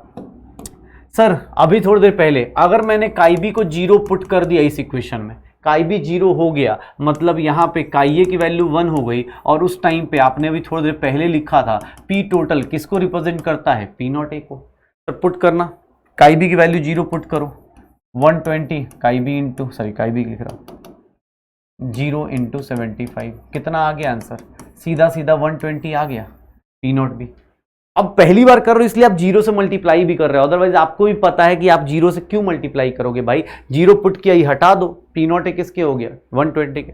सर अगला केस, एक काम करो, काई बी की वैल्यू एक बार 1 पुट कर दो, काई बी अगर 1 हुआ मतलब काई ए की वैल्यू 0, उस टाइम पे पी टोटल, अगर काई बी 1 है तो उस टाइम पे पी टोटल किसके इक्वल होगा, पी नॉट बी के। सर सीधा सीधा 75 इंटू 1 कितना आ गया 45।